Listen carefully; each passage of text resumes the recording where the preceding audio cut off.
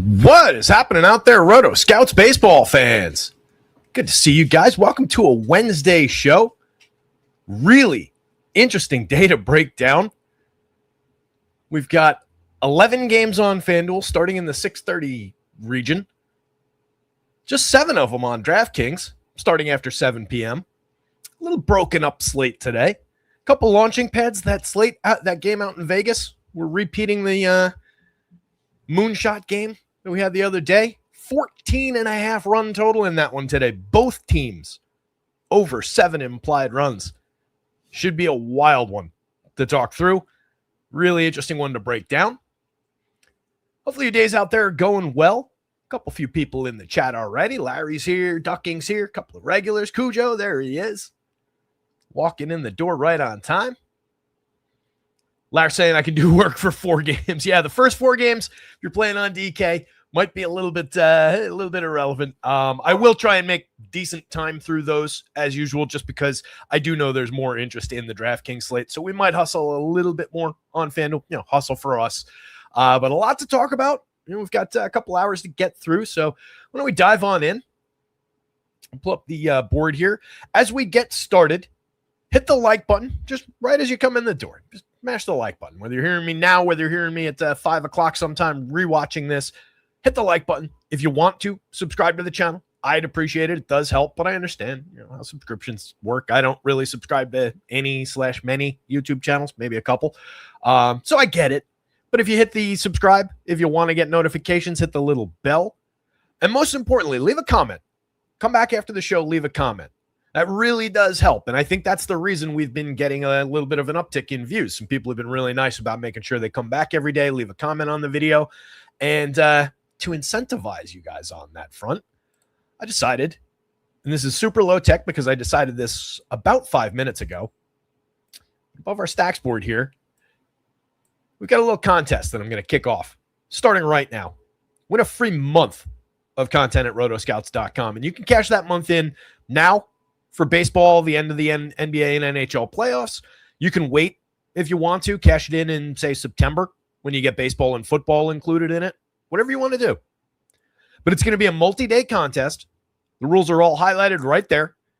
It's a home run picks contest. Standard. Just pick your guy for the day. We're going to run it. It's going to go every single day. First to 5 correct home run picks. So it'll probably run for a couple of weeks unless somebody gets real hot. But the first person to 5, there's only one of these. If it's close, if there's a tie, obviously, I'll kick 2 months out. We're not going to split hairs over that. But we're going first to 5 correct picks wins. You have to leave the pick in a comment, not in chat. Leave a comment on the video with your home run pick each day. The only things I ask, please use the same YouTube handle every day, or when you make those picks, 1 pick per person per day. I'm sure some people, at a larger site might make multiple handles and try and do it, but you guys know what I mean. Especially for my sanity on the don't put one legit pick in one day on one name and then switch names and then put your legit pick in the next day and then switch back and then tell me oh no, I made other picks under those other names. Just use one name for my sanity's sake. That's all I ask. But hopefully this will be a little bit of a good one. Larry says I can't use my burner. Damn it. Yeah, no burners. No burners.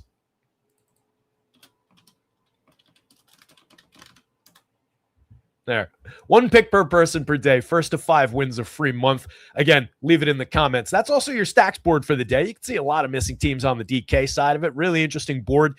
Tons of firepower in the Athletics, the Cubbies, the Brewers, and then the Rockies slide slightly below the Tigers on that FanDuel slate. The Tigers, kind of interesting. 4th overall highest Vegas total on the full slate, all 11 games.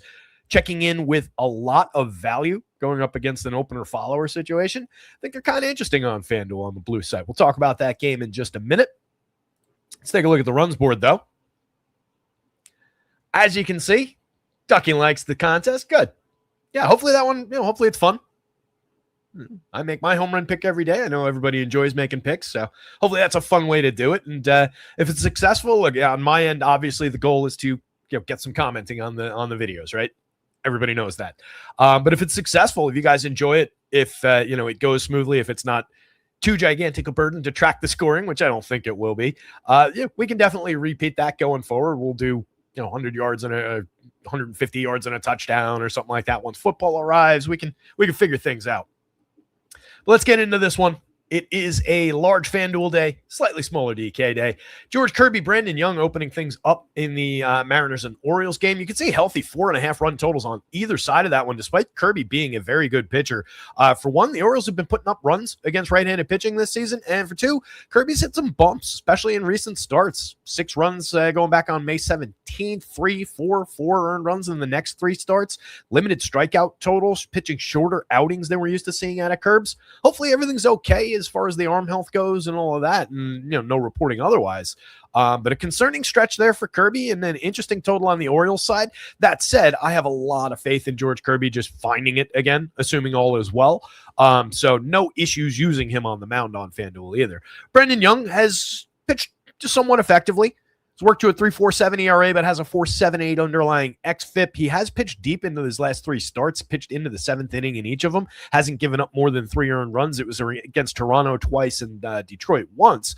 So a potentially interesting enough arm, but that total on the Mariners side, some of those Mariners bats waking up in recent weeks is not the best spot in the world on a I don't know if deep is the right word, but large pitching slate. Let's put it that way.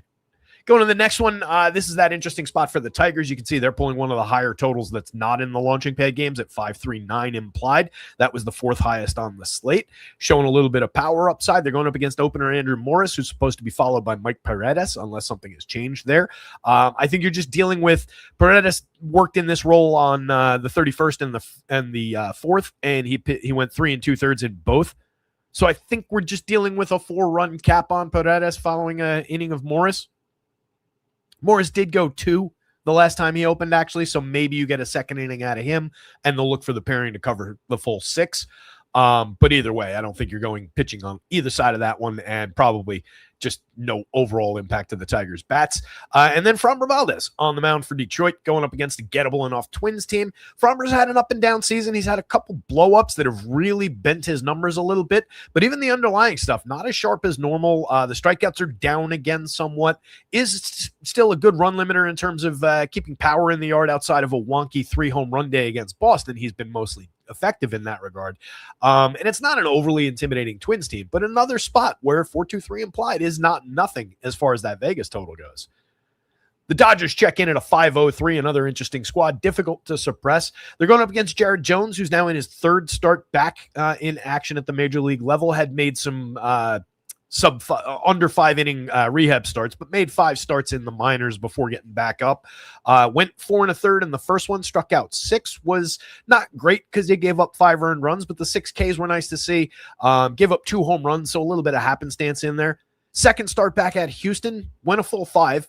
No runs on 4 hits, struck out 4, walked 2. That's an effective enough day. It's just a really tough matchup against the Dodgers when they're pulling a 5+ implied.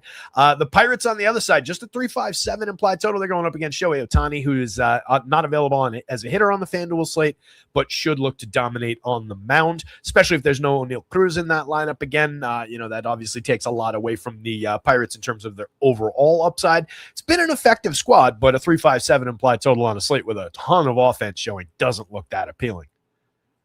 Diamondbacks and the Marlins welcomes in the DraftKings slate. That is a Ryan Nelson against Ryan Gusto, spelled differently. Gusto, only 2 innings in a start on the 5th. So the regular, 5 days rest. That was following up. He had pitched in relief 3 days prior. So that shaved that outing down a little bit. He was working more traditional starts in the minor leagues in AAA before they called him up. Had a 6-inning game on the 24th of May, a 7-inning game on the 16th of May. Finished it off with just a 2-inning relief appearance against the White Sox immediately before his call-up. And then that was the 29th, worked the 2 innings on the 2nd, 2 innings in a start on the 5th. But my point is, I think we're getting a full start here from Ryan Gusto. Probably 5 innings. I don't think it's a high-quality spot, really. But I do think it's a full start rather than a bullpen type game.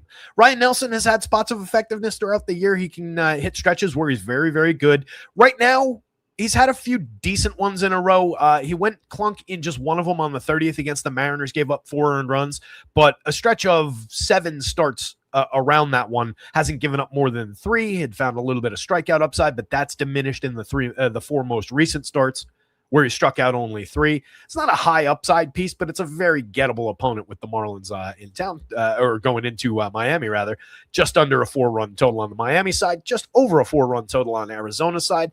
I think you can go bats in either direction. I think you could get away with some Ryan Nelson shares. We'll look at him again when we have the prices in front of us, but it's not a great looking spot.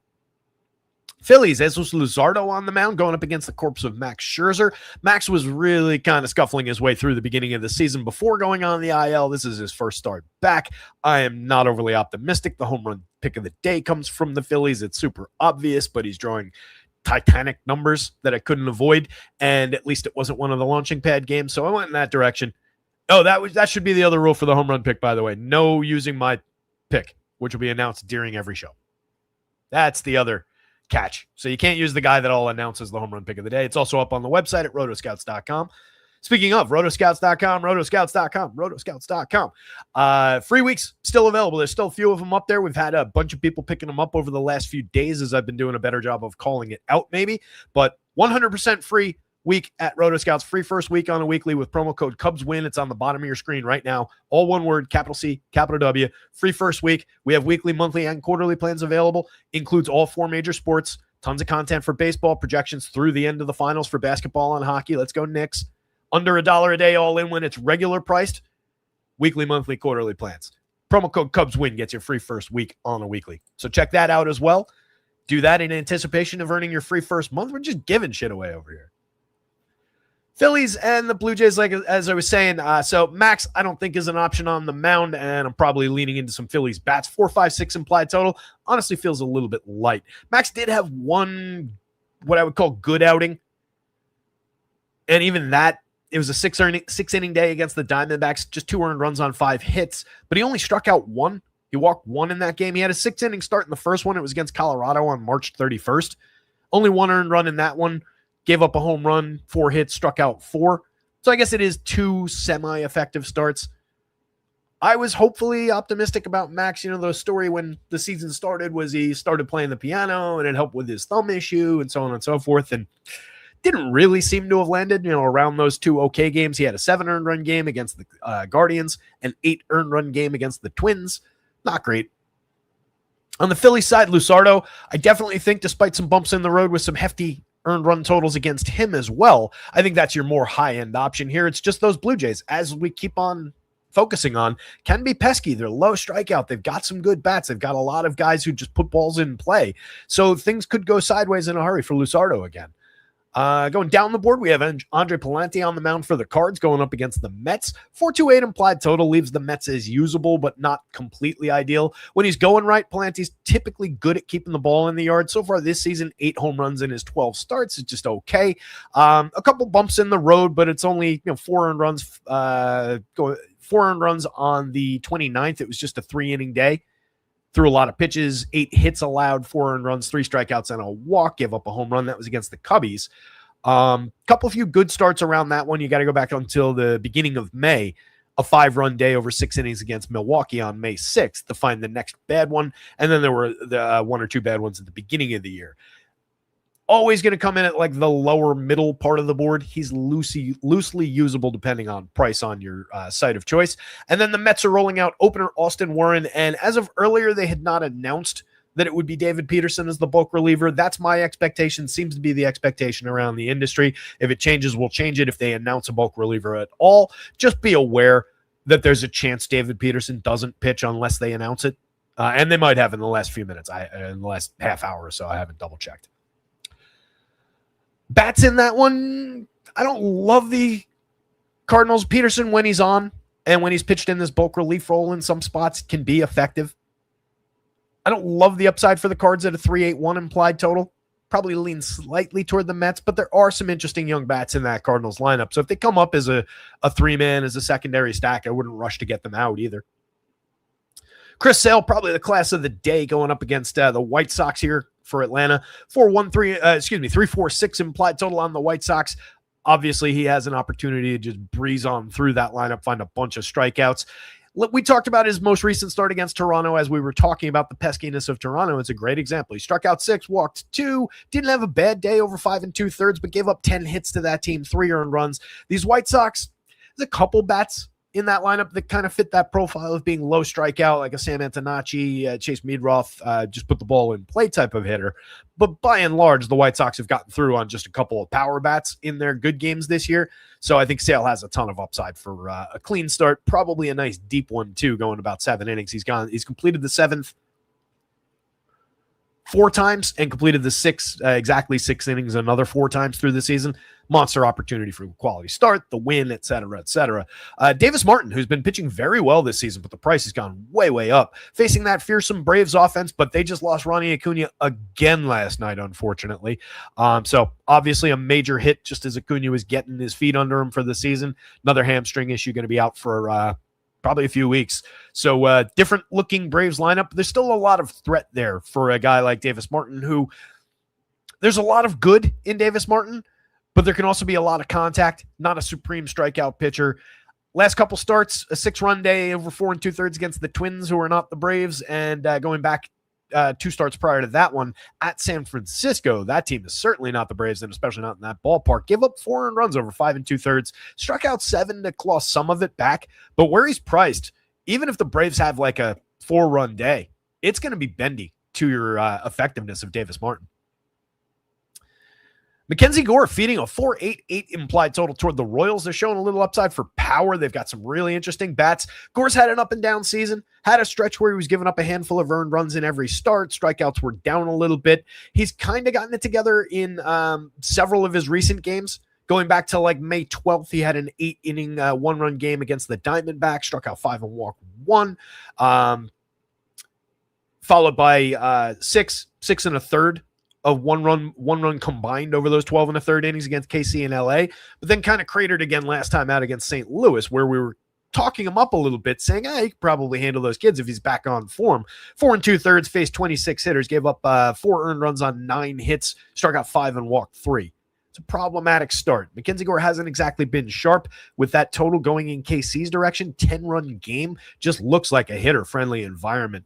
Seth Lugo's on the mound for the Royals. A lot of that also applies to Lugo. A little bit up and down. He's also just a relatively low strikeout pitcher. What you're usually looking to get out of him is depth, a solid 7, pitch into the 7th inning, and that he has done that numerous times throughout the year.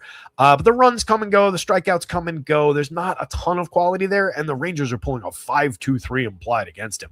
So that seems like another stay away spot, even though that's a at least usable middle of the road type pitcher. And then we hit the 2 launching pads. You'll note that I haven't really talked up many pitchers other than Chris Sale as we go through this. Shota Imanaga doesn't look like a good option. He's on the mound for the Cubbies. That is, he's feeding a 5.13 implied toward the Rockies. That's the lowest of the 4 totals in the 2 launching pad spots, but it's not exactly a spot you want to attack, especially with a guy who's so prone to giving up power. Imanaga, we talked about it going into his last start, which was against the Athletics. Prior to that one, in 3 starts against the Brewers, the Astros, and the Cardinals, on the 18th against the Brewers, gave up 2 home runs, 8 earned runs that day. On the 24th against the Astros, 3 home runs, 7 earned runs. 29th, he kind of pulled it together. He only allowed 3 home runs and 5 earned runs to the Cardinals. Came out after that one the day we talked about it, went 6, but gave up 6 earned runs on 6 hits, struck out 5, walked 1. That was against the Athletics, and 4 of those 6 hits were home runs. Imanaga has a home run problem.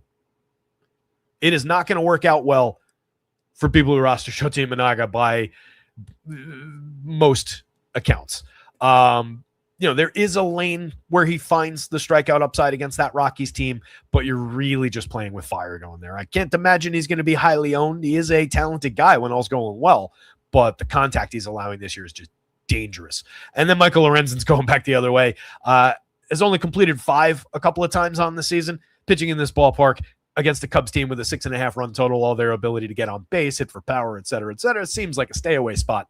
Brandon Sproat, who I wouldn't probably be all that interested in a neutral site version of this game. Definitely off my board going up against the Athletics in a 14.5 run game wherein both teams are pulling a 7.33 implied total. It's Jack Perkins, a converted reliever on the mound for, or I should say he's been pitching in pure relief this year, but was drafted as a starter. He's gone back and forth a little bit. Went 4 innings in a traditional start the last time out. I would say that in a neutral site probably has 5 in the tank for today, but probably not going to have the opportunity to throw even 5 innings in this one if all goes as Vegas and the conditions see it. And then we round things out with Peter Lambert against Reed Detmers in that last game. It's a 9-run total there. The dangerous Astros are drawing a 4.48 implied total on their side of that one going up against Detmers. But Detmers is a very talented pitcher who can spike monster games for strikeouts, for pitching deep, for run limitation. For example, 3 starts back against Texas, a much worse team, or they were playing worse than the Astros. Went 8 that day, 1 earned run, came on a solo shot, struck out 14. That was by far a season high. But he's got a few 8 strikeout games. He's got 2 9 strikeout games, 2 8 strikeout games through the season. There's a lot of talent there. I'll show you how he measures out by all the plus measurements. So Detmers on a weird pitching slate, definitely on the board. Peter Lambert has found some effectiveness through the season. It's difficult to fully take it away from him. 3.55 ERA, has worked into the 6th in a handful of starts, completed the 7th in 2 of them. Handful of strikeouts in every game, but also a handful of walks. There's a lot of guys on base, a lot of danger. He's given up only a moderate amount of power. 3 home runs in 50 2/3 over 9 starts is not bad. Not a tremendous upside guy, but there are Ks in that Angels lineup. There's also a lot of dangerous power in that Angels lineup. 4.62 implied total on their side. I'm more interested in getting to Reed Detmers, but I probably would use Lambert out of desperation on this one. Bats on both sides of that game are very, very usable. Here's your messy pitching board. It works to do it like this, right? Yeah. So if you are playing any earlier DraftKings slates, by the way, all these guys do get projections through here. So just look next to the empty spots, insert the salary from your slate of choice, and there's your projection. Nothing changes about that, depending on the slate you're playing. Chris Sale on both sites, the dominant apex predator on this board. 11.4, 11,000. Nothing wrong with the prices. As we'll always at least throw into the mix, that is a price at which a 4-run day completely destroys you. Unless he strikes out like 12 to go with the 4 runs, maybe he claws some of it back. But very high price, difficult to reach while getting quality bats. I imagine it's difficult on both sides to put Chris Sale into a lineup with high-quality Brewers, Athletics, so on and so forth. So you do have to make some compromises around that price, but he's tremendous going up against a very, very gettable version of the White Sox team. Ohtani against the Pirates on FanDuel, fire away. It's a very solid projection. The only guy on the board that comes close to rivaling Chris Sale. And that's where you can see some of the problems starting to creep in, right? Like Luzardo at 30 points against Toronto. That's kind of a faith type pick. The model's got a long memory on a guy like Luzardo, and there's a lot of upside. But Toronto comes with their own downside. Fortunately, he's not at a price where the 3-run handful of base hits, okay day out of Toronto, okay day out of him. These prices, it won't be that terribly damaging. You could get by with that day, especially if it comes with a few strikeouts. So I do think Luzardo's easily on the board on both sides, but in no way is that a safe spot. And then the guy I was just talking about, Reed Detmers, coming in 4th on this board. The other guy projected around 30. FanDuel scoring, 15 DraftKings scoring. 9,900 on FanDuel. It's pricey. It's difficult to reach. It's a lot to ask to trust Reed Detmers at that price. But I think he's just kind of mandatory with the shape of this slate. You do have more bites at the apple on FanDuel. Like I'm not ruling out using George Kirby, certainly not ruling out using Framber Valdez, despite the guy we've had years of trust in. I don't know that I throw darts at Jared Jones. The kid's got upside for sure. Mackenzie Gore, not really trusting this version of him. So maybe some of those choices slide into the mix more on FanDuel.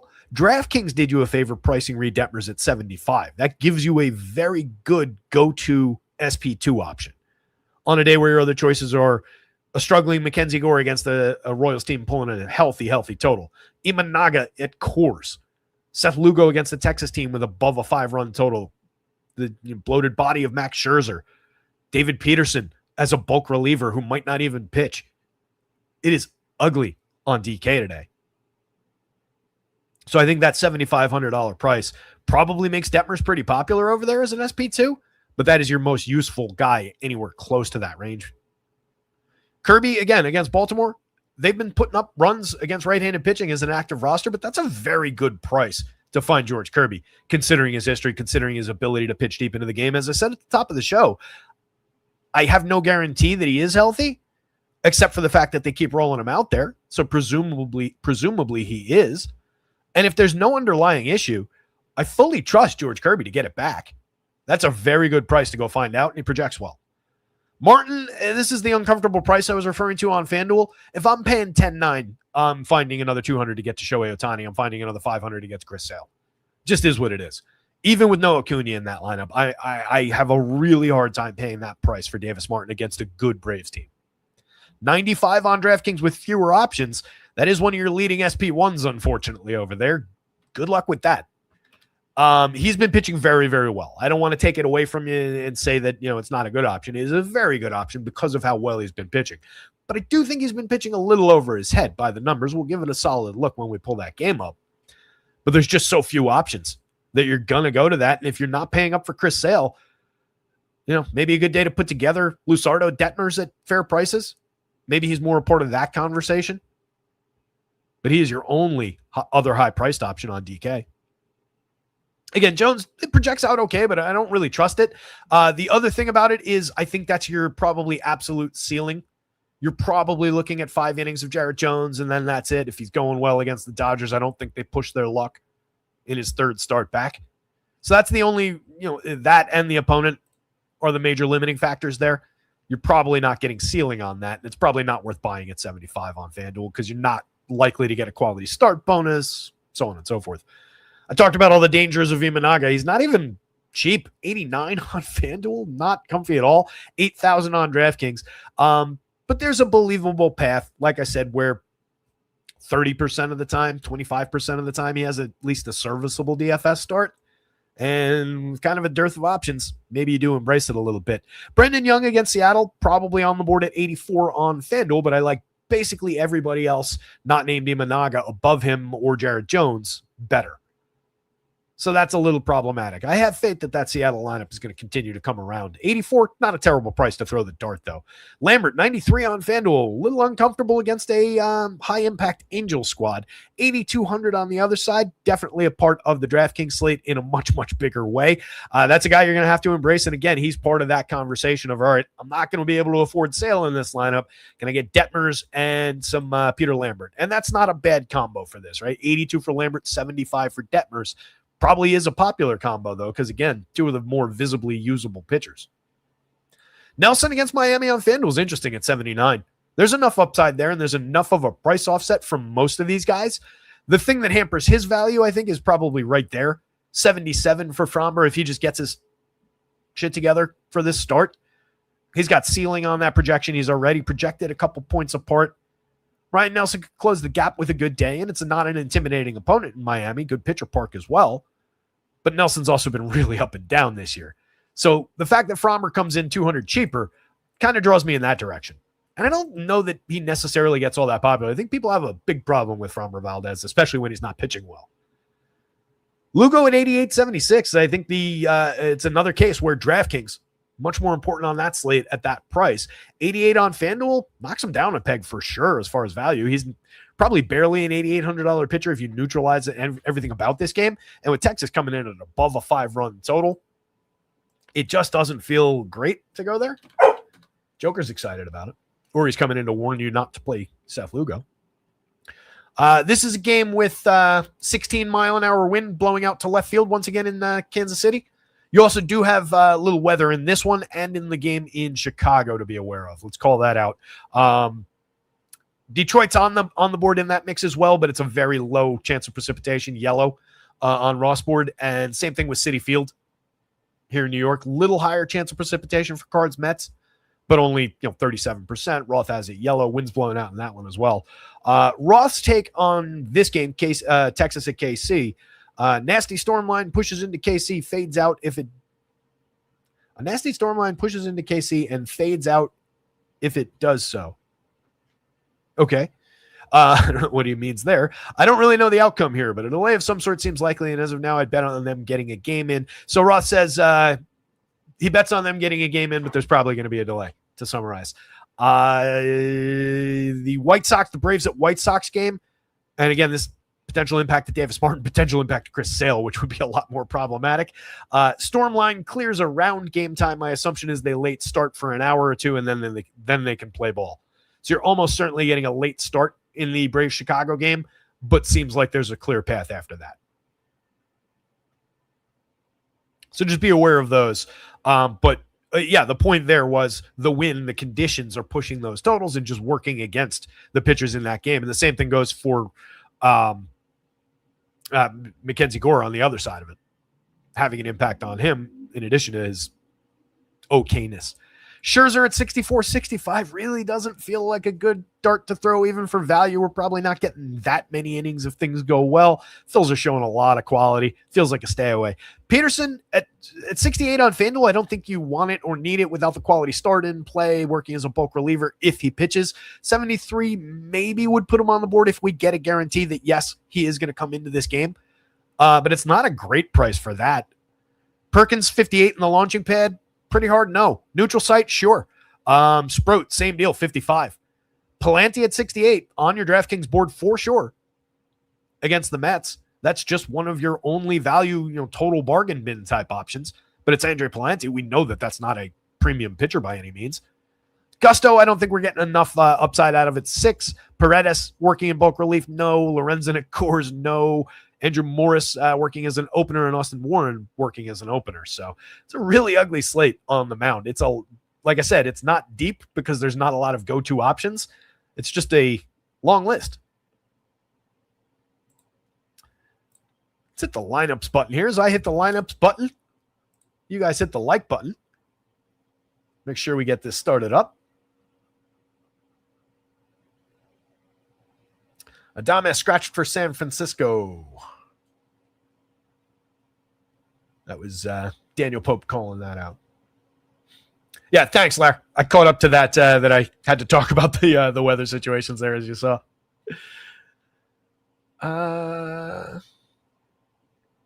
Daniel had asked, going back a little bit in time here, just as we get started while the lineup's downloaded.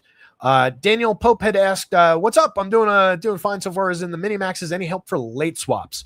As Larry responded to you in the chat there, late swap, not really a overly impactful thing on baseball. You can make some pivots around, if you,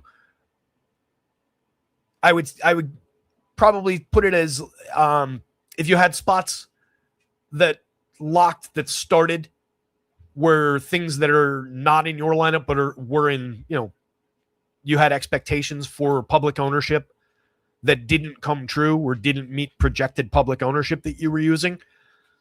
And that circumstance would lead to what's in your lineup being much more popular than you thought it would be.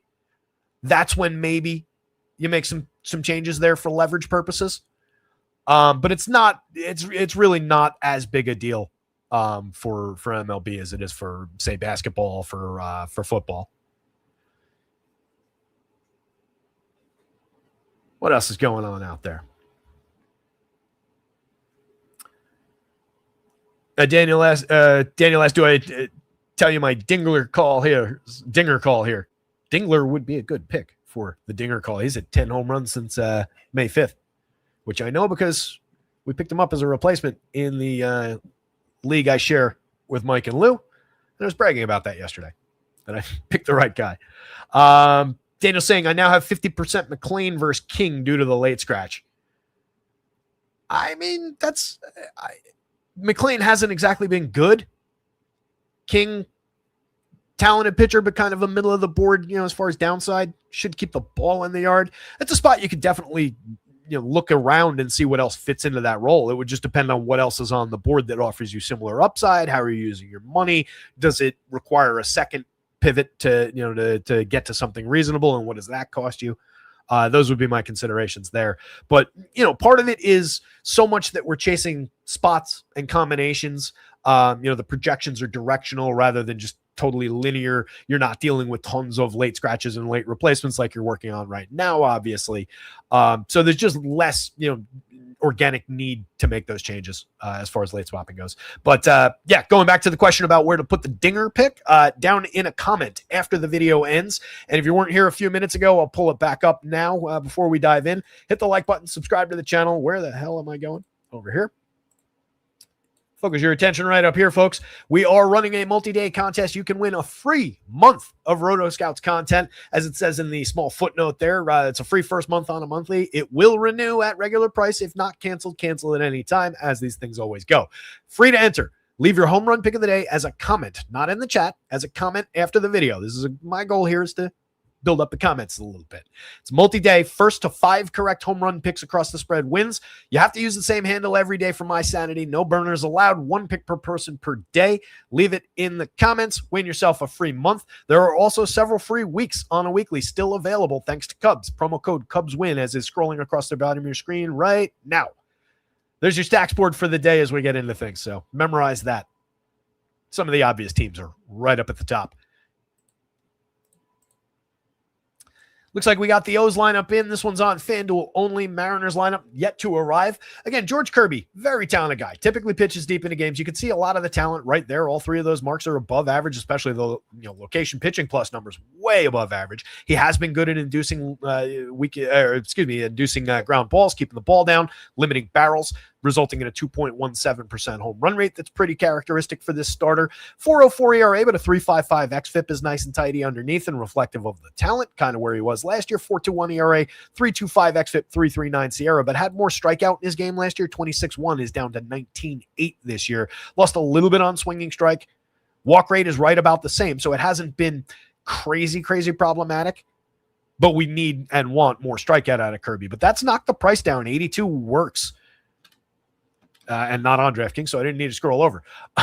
My one concern here would be, again, the Orioles over 1,698 plate appearances in an active roster against right-handed pitching have a healthy 109 WRC plus against righties this season. They haven't been bad against righties, despite the preponderance of right-handed bats in this lineup on most days. A couple of their key guys are hit from the right side, like a Pete Alonso, like a Taylor Ward, like a Tyler O'Neill further down the lineup, who's arguably key. But they do have Gunnar from the left side. Colton Cowser's a big bat on the left side. Jackson Holiday, we'll see what it becomes.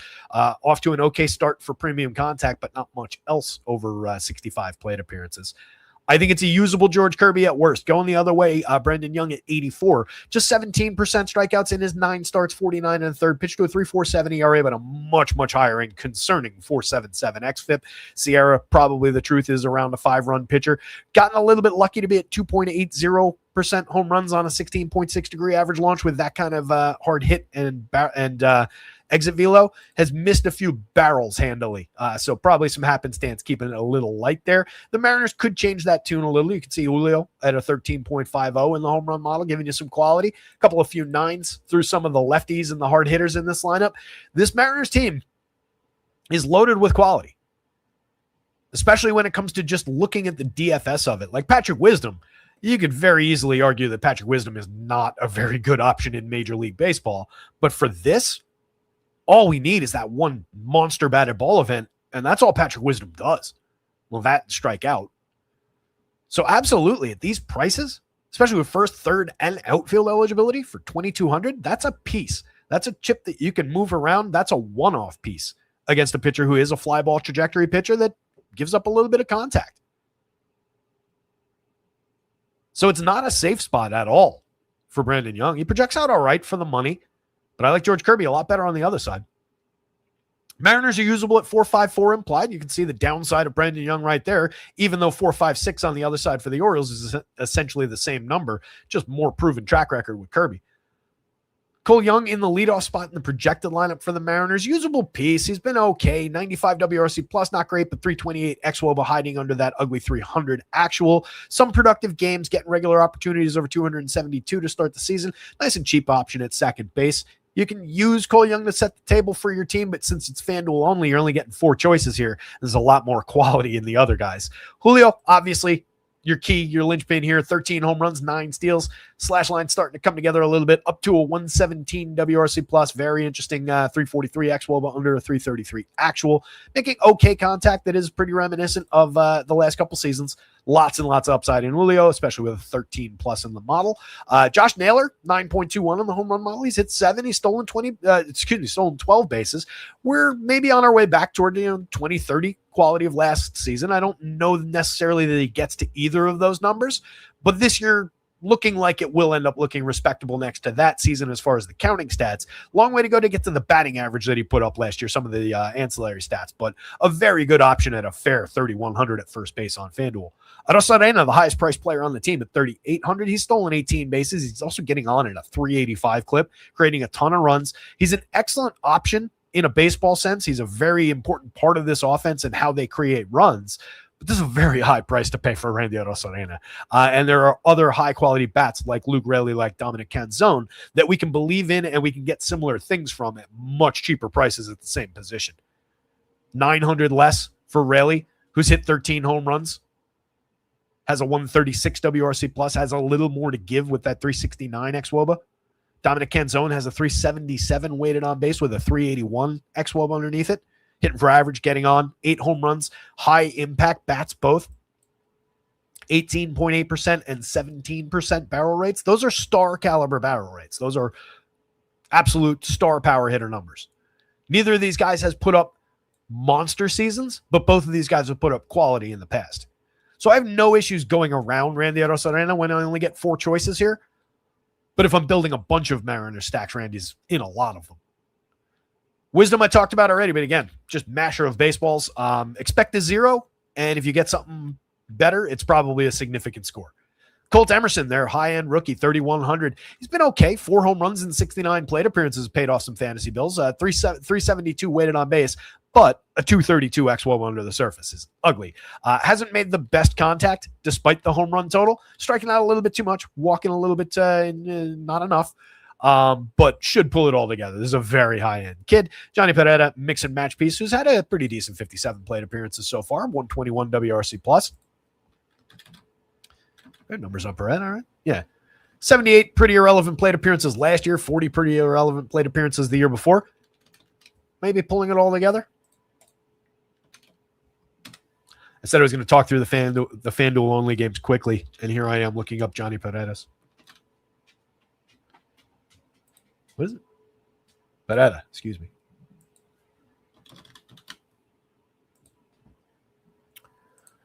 Yeah, Johnny's 30.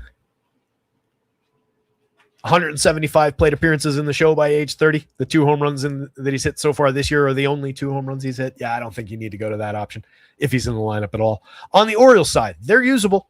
With Kirby struggling a little bit with allowing just more contact than he has in years past. Definitely, not what I would call a target. But there is quality in this Orioles lineup. They've got a nicely staggered lefty-righty approach to attack Kirby with here.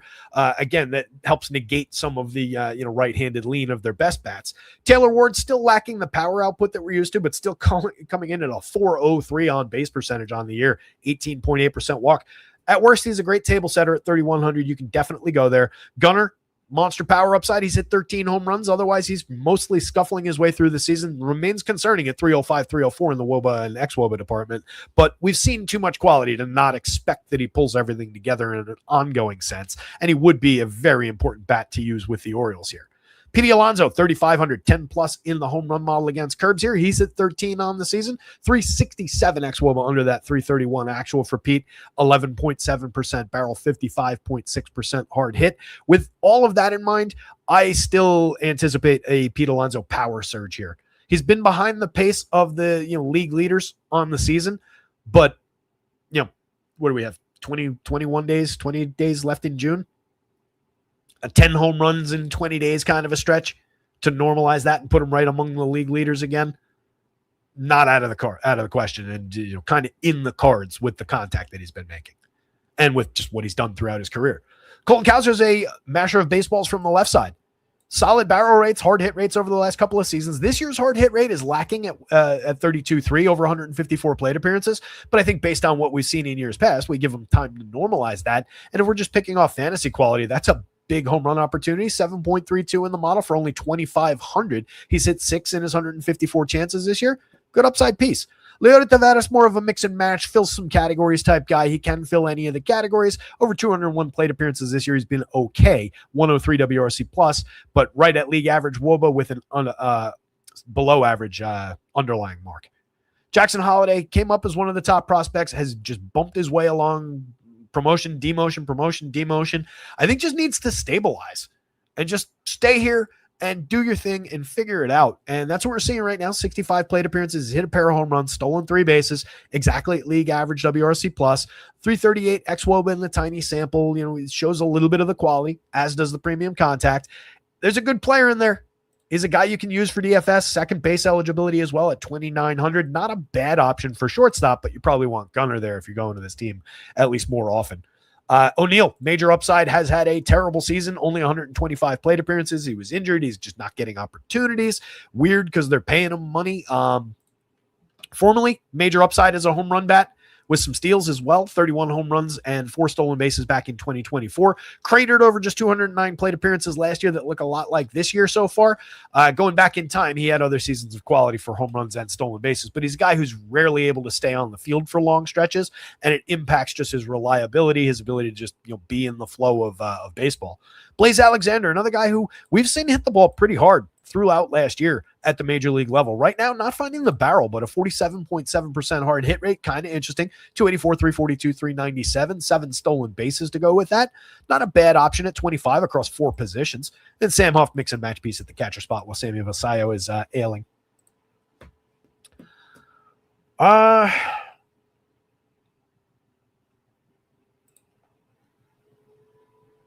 Of course, they're right next to each other in the middle. I'm going to say Kirby, just because we've got so many other offenses. I'm going to say George Kirby, Mariners bats, Orioles bats, Brandon Young.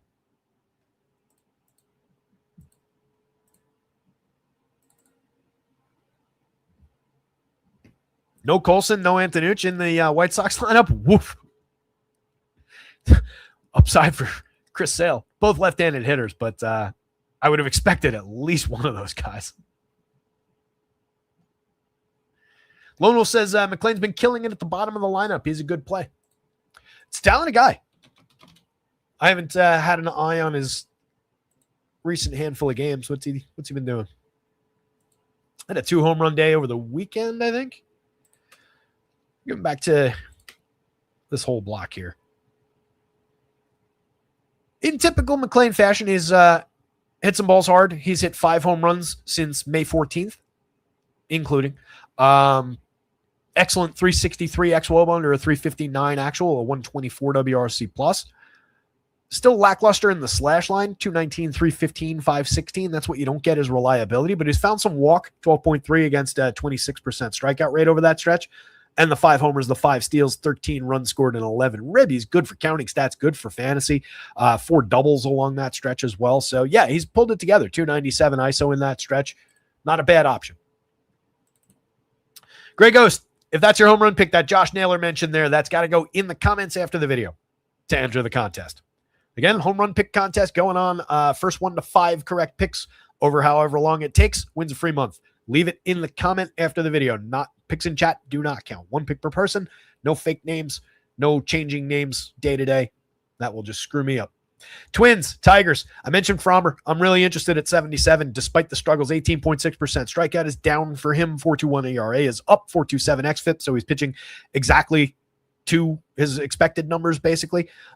Just a 6.7% barrel rate, but a 9.6 degree average launch. That is a very low average launch angle overall, and it's a launch angle at which we'd be talking about his ability to limit home runs. And it's not like they've been a problem, but I will highlight that the 9.6 is up from 2.7 last year, 0.4 the year before, 4.2 the year before that, and like -5, -2.5 going back further in time.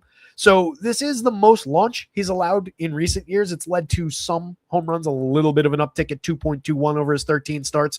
But overall, I have a lot of faith in Framber Valdez. He's typically, when things are going right, better at striking hitters out, keeping the ball in the yard, excellent run limiter, and has the ability to pitch deep into a game. So you've got a good shot at a quality start. You've got a good shot at a 7+ inning day where he's just adding points to your total.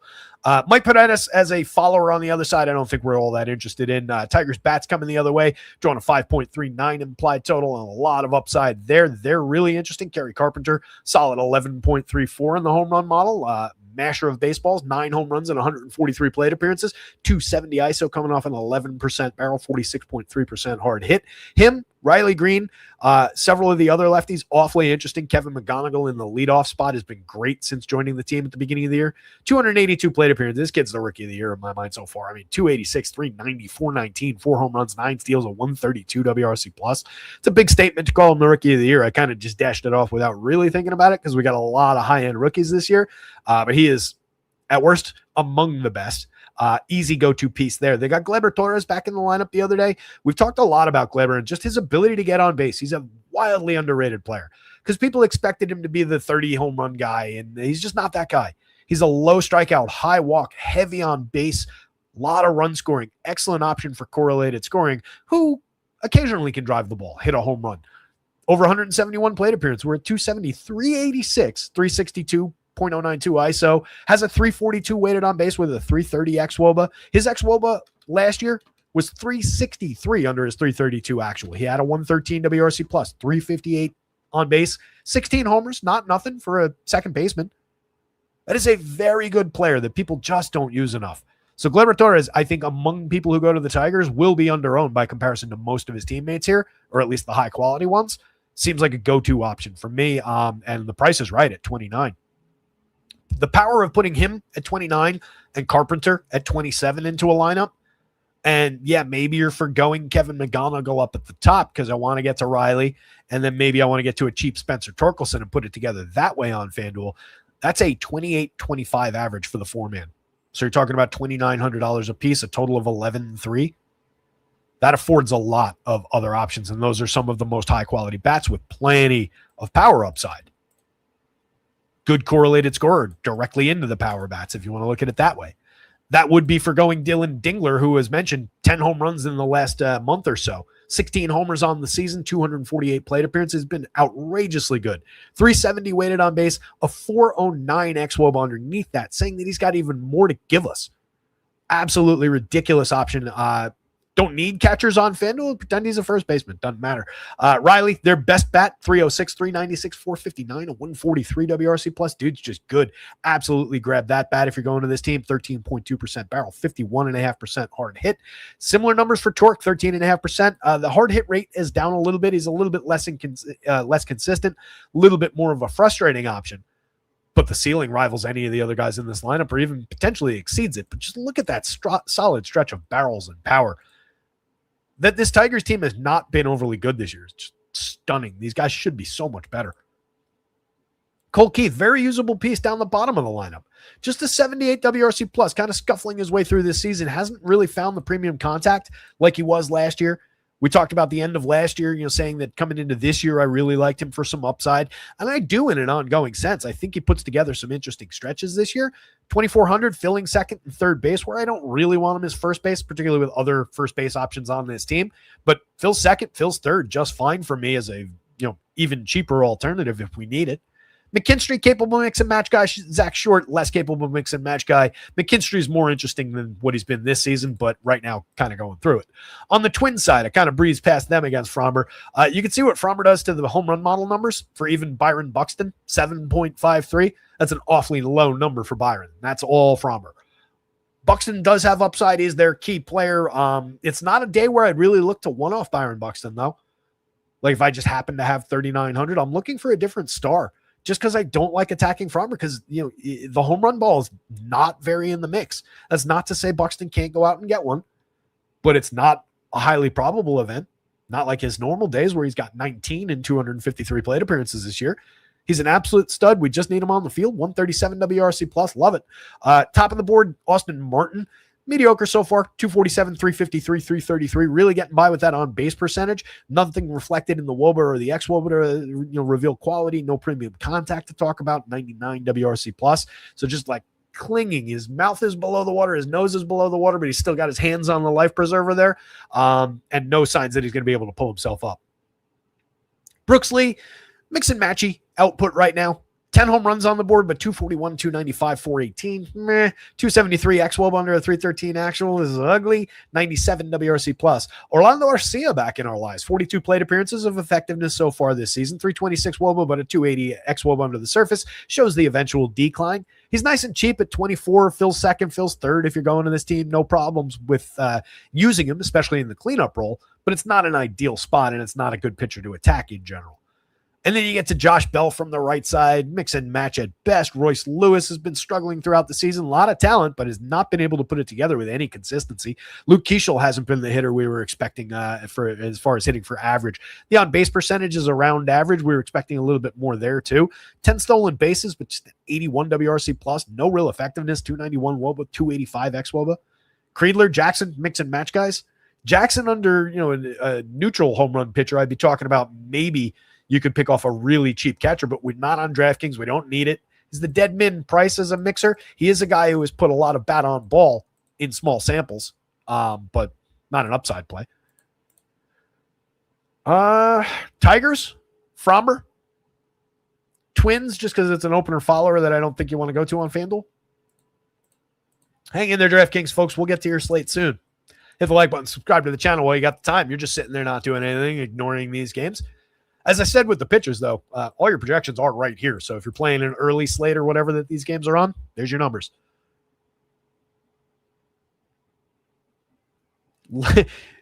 Lacey Marolak 11477 says there's no such thing as a good shart. Did I mushmouth the word start at some point? Yeah, I can't imagine unless you're like, you feel it coming, you're up on top of a building, and there's somebody you don't like walking down on the sidewalk. Like maybe you can pull that off with correct timing. Maybe that's the only way. But yeah, not a frequent thing that would be all that good to have happen.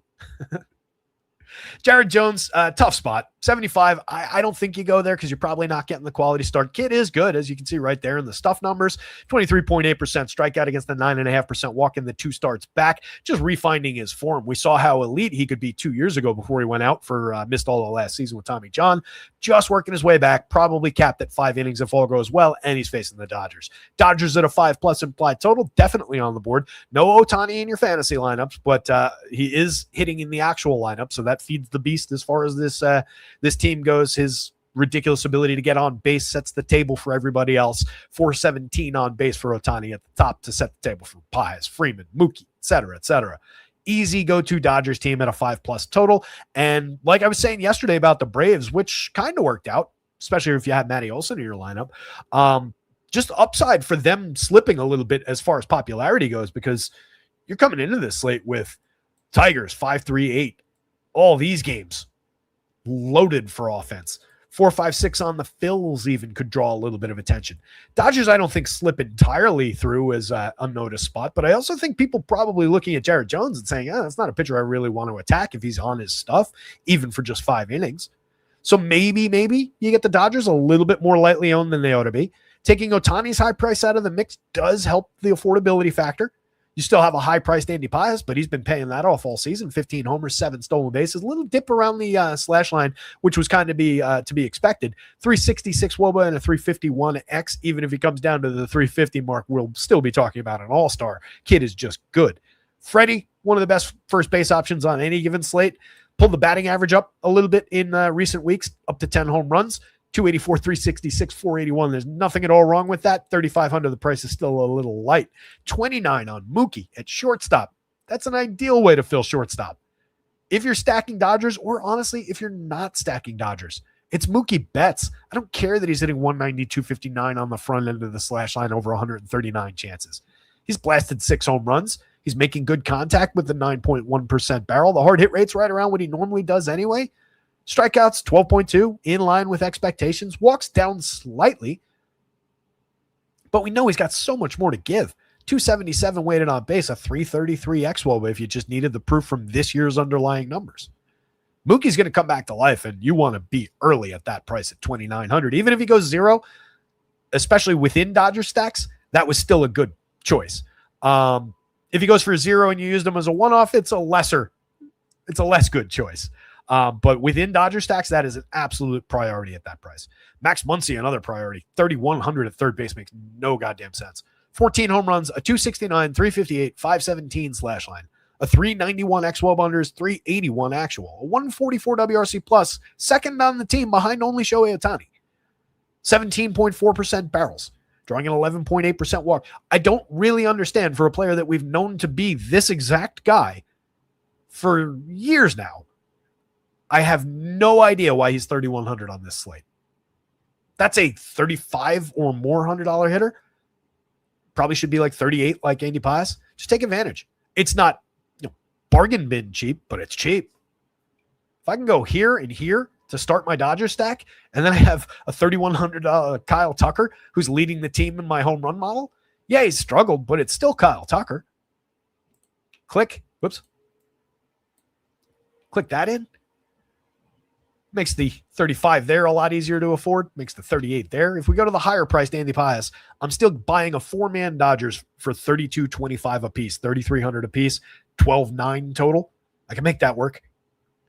Ryan Ward, nice and cheap at $2,900. He's at 2 home runs already in the 28 plate appearances. I forget whether he got one when somebody called him out in the chat the other day, but this kid's got a lot of power that showed through the minors. We'll see what he becomes at the major league level. It's probably going to be a lot of strikeouts, not enough walks to go with some big moonshots. 10.5% barrel rate, 28.6% strikeout, 3.6% walk in the tiny, tiny sample. But the kid's got power from the left side going up against a young righty. Jared Jones is only a smidge more experience. Dalton Rushing from the left side's had high-quality batted ball events throughout the season. 8 home runs on the board in the 118 plate appearances. Excellent slash line. Strong ability to get on base. Lefty bat, too. Alex Freeland, solid mix and match piece at 23. Hasn't really put up great numbers, but a 333 on base is at least interesting enough, bringing him back around to the top of the lineup. Just a 313 weighted on base, a 303 xWOB. So nothing really about the underlying stuff, nothing really about the contact, just a little prospect pedigree, the on-base skills, the 10.9% walk rate. There's no totally bad here for a kid who's just figuring it out. 99 WRC plus kind of reflects that. He's entirely usable and at a nice cheap price on an already cheap Dodger stack. Using the Pirates to attack Ohtani doesn't seem like a great idea, especially if we don't get O'Neal Cruz. Let me hit the lineups button. Cruz was in yesterday's confirmed lineup and then scratched on that early slate. He got a hand laceration over the weekend, big cut on his hand. Missed a couple games over the weekend, Monday's game, then again Tuesday in the afternoon yesterday, confirmed in, then scratched.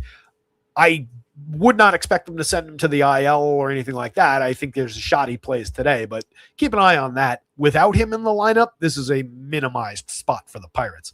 Even Brandon Lau, just a 7 in the home run model against Ohtani, who's allowed a 0.086% home run rate in 10 starts this year.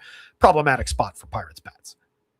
Monster strikeout opportunity for Ohtani. This team comes in at just a 20% strikeout rate with some offset low guys like Tyler Callahan with an eye down the bottom of the lineup at 15.4. That comes over only 13 plate appearances. There's some at least around league average strikeout guys with some track record for being worse for strikeouts. So great target for Ohtani. Absolutely fire away at 11-1, one of the top projected pitchers on FanDuel.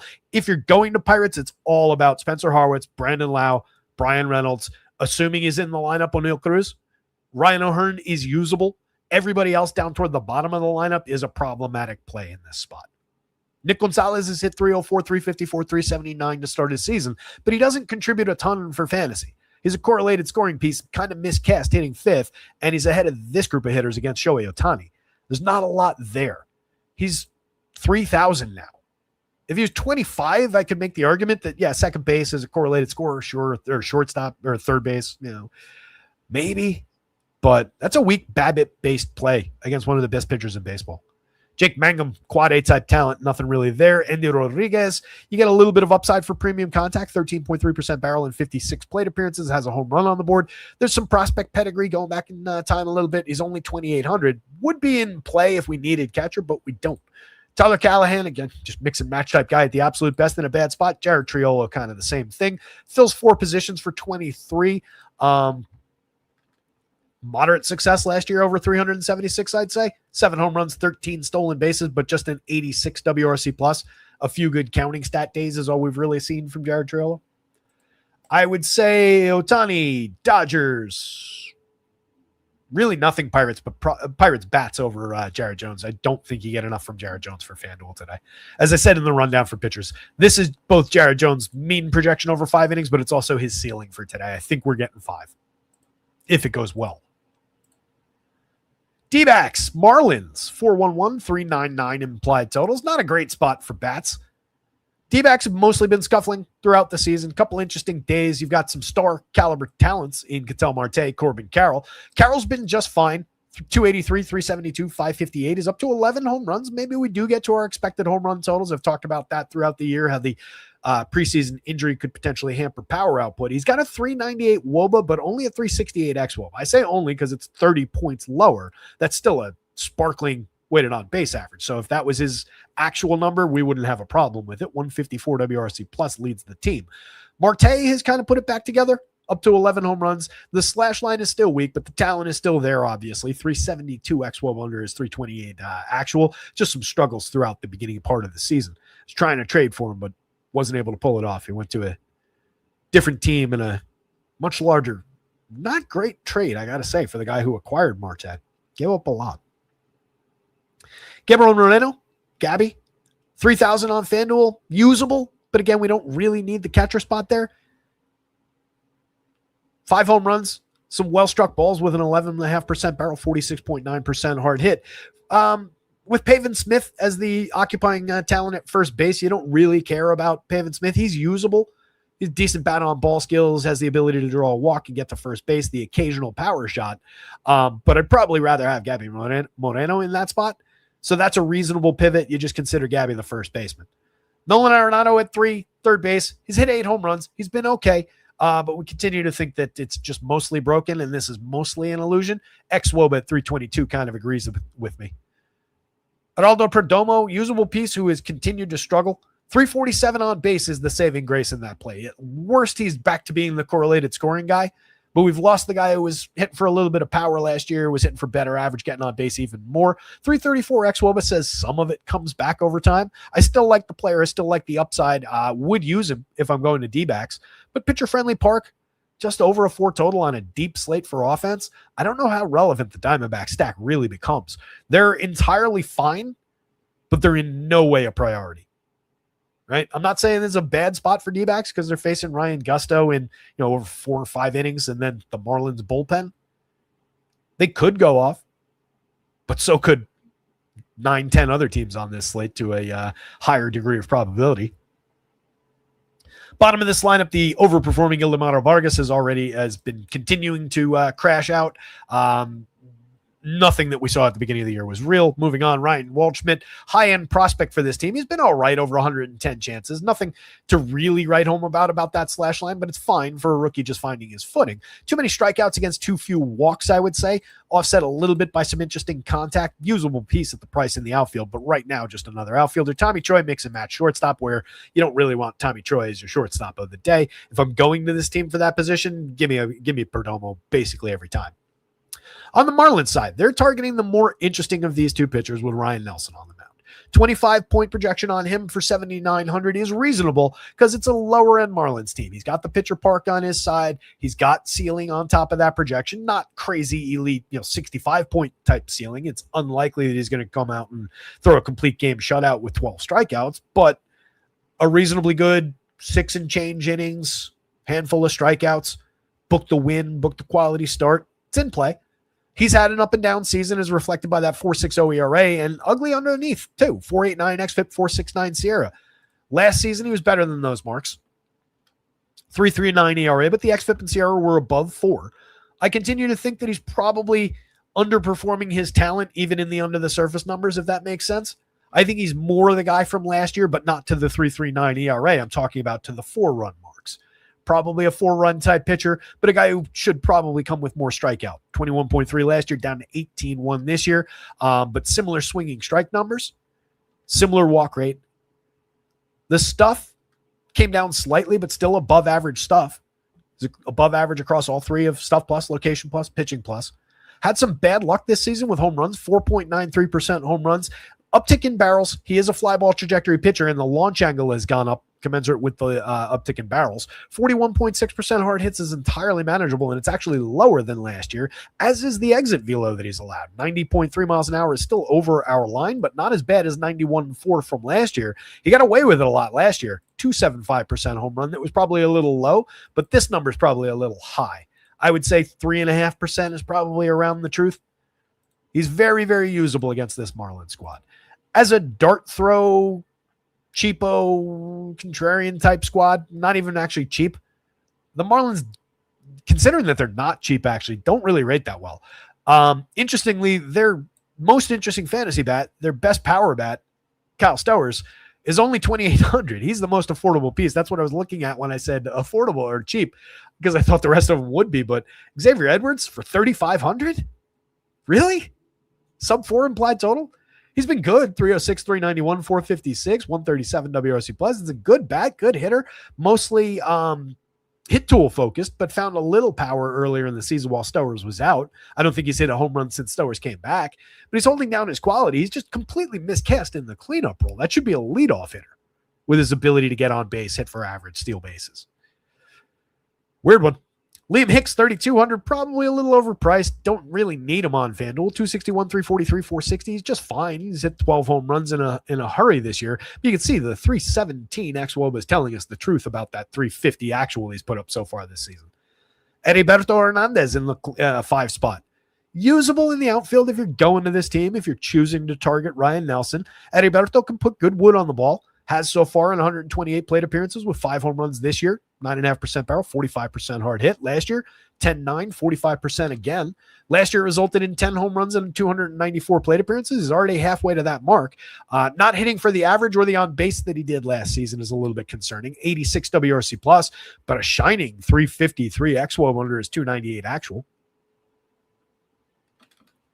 Speaking of shining, just real quick, I was listening to last week's episode of the Rewatchables. They got Steven Spielberg in to talk about Stanley Kubrick's 2001 A Space Odyssey for 2 hours and change. And it's just weaving in and out of these Spielberg telling stories about Kubrick and visiting him on the set. The first time he met him was on the set of The Shining, and just like these amazing Hollywood stories. If you care about movies at all, I recommend going and listening to that one. Typically, I'm not saying that about the Rewatchables. I enjoy the show. It's not a hate listen. But I wouldn't typically be like, if you really care about movies, go check that out. But this one, I would say that. Larry C says, his traditional joke, you and I have differing opinions about quick. Was The Godfather a quick, short movie? I'm doing my best, Larry. We got a lot to talk about here. We're almost there. Down through the Marlins side to hit the gas pedal a little bit for Larry. Jacob Marcy is here for stolen bases and not much more. 331 on base is adequate. Not much of a fantasy option on not much of a fantasy team. Chrissy Morel is another interesting bat. He's only 2,100. I'm looking to pair, if I'm going to the Marlins, I'm looking to pair Kyle Stowers, Chris Morel, Xavier Edwards, and then some guy. Any one of these other choices is just fine. I skipped over Otto Lopez, by the way. Fantastic start to his year. 374 WOBO with a 340 X-WOBO underneath. I continue to think that he's not this level of player, but he's been very good, entirely usable, but the price is up a little at 32. But what I love about Chrissy Morel, and we haven't seen much from him this year, is his typical bat speed. Right now, he hasn't had many batted ball events to talk about, and even fewer batted ball events of quality. But looking back in time, you can see all the barrels, the hard hits. This is a guy who, if he happens to connect with the ball, and those events, again, are rare, can definitely drive it and put it into the seats. So that makes Chris Morel interesting at second, at third for only 2,100. In some universes, depending on what else is in that lineup, I would consider Chris Morel a viable one-off against Ryan Nelson in this spot on FanDuel if you're just popping him into second base, third base. Owen Casey, solid bat, 5 home runs on the board, excellent for premium contact so far in his 178 plate appearances. Bad in terms of weighted on base and XWOB, only a 78 WRC plus. You're just hunting for the one good batted ball event against a pitcher who, again, has been giving them up this year. And Javier Sano at the bottom of the lineup, just a mix and match piece at the absolute best. All right, let's go. I'm going to say Ryan Nelson. I'm going to give him a little bit of credit here. 79 is a good price for that pitcher. It's not a crazy priority spot on a long list of pitchers on FanDuel, but one of the more usable pieces at that price, followed by Diamondbacks bats. Marlins bats. Don't think we get enough from Ryan Gusto for FanDuel. Welcome to the show, DraftKings. Here we go. Oh, Larry, I know. You don't have to clarify that you're just busting balls, Larry. I know. Long-time listener, long-time commenter, friend of the show, Larry C. Having to clarify that he's joking. I know you're not one of these trolls. What do you think? I'm going to boot you? After all this, I'm going to kick you out for that comment? Come on. Phillies, I'm interested. I'm interested in those home run totals. I'm interested in targeting a Max Scherzer who's looked like this, 11.9% strikeouts over 18 and 2/3 earlier in the year. I highlighted the 2 good games he had, even with those in play. 9.64 ERA seems targetable, 6.25 xFIP, 6.02 SIERA. Obviously, with Max Scherzer's track record, it's unfair to talk about him like this. It's blasphemous, honestly, to talk about Max Scherzer this way. But what we had from Max Scherzer to begin this season was not at all pretty. 13.8% barrel allowed on nearly a 25-degree average launch just leads to home runs, 8.33% home run rate in the small sample. Just not a lot left for Max, I don't think. Just coming back from the IL. Last year, he was not really effective, and all that power was on display over a larger sample, 17 starts, 85 innings last year. 5.31% home runs is alarmingly high. 12.4% barrel on a 21.5-degree average launch. The ball's just getting up and into the seats against this pitcher over any reasonable sample that we've had. That's 22 starts now where Max has been very bad for home run downside. You're talking about one of the best pitchers of his generation, but his generation is like a generation and a half ago now. As was Luzardo on the other side, 85, 87, nicely priced. Kid's inducing a 13.5% swinging strike rate. You got to pay attention to that. 25.6% strikeout overall against the 6.7% walk. That number's down slightly from the 28.5% that he put up last season. Obviously, it would be better if he was doing that, but it's still a perfectly manageable strikeout minus walk rate at 18.91. He's pitched to a 4.56 ERA. He's run into just some happenstance. 3.15 xFIP, 3.34 SIERA. That's who Jesus Luzardo is. Last year, 3.92, but a 3.25, 3.40. So I continue to believe that he is a sub-4 pitcher at worst. Some bad luck in the mix here. Definitely a go-to pitcher. You can see how good he is via the plus numbers, especially stuff plus 109. Elite, nasty stuff. Upside for strikeouts against even the Blue Jays. This lineup comes in at 18.4%, though, as we talk about a lot with this team. They're pesky. They can limit strikeout. They can beat you with balls in play. Their best hitters are their low strikeout guys. So it's a problematic team, but Luzardo, we get the benefit of the 85, the 87. It's not like with Chris Sale where he came in at like 11-5 against this team and 3 runs and 10 hits broke his day. Luzardo could give up the 3 and still come away with a very good fantasy start here. Very, very usable piece.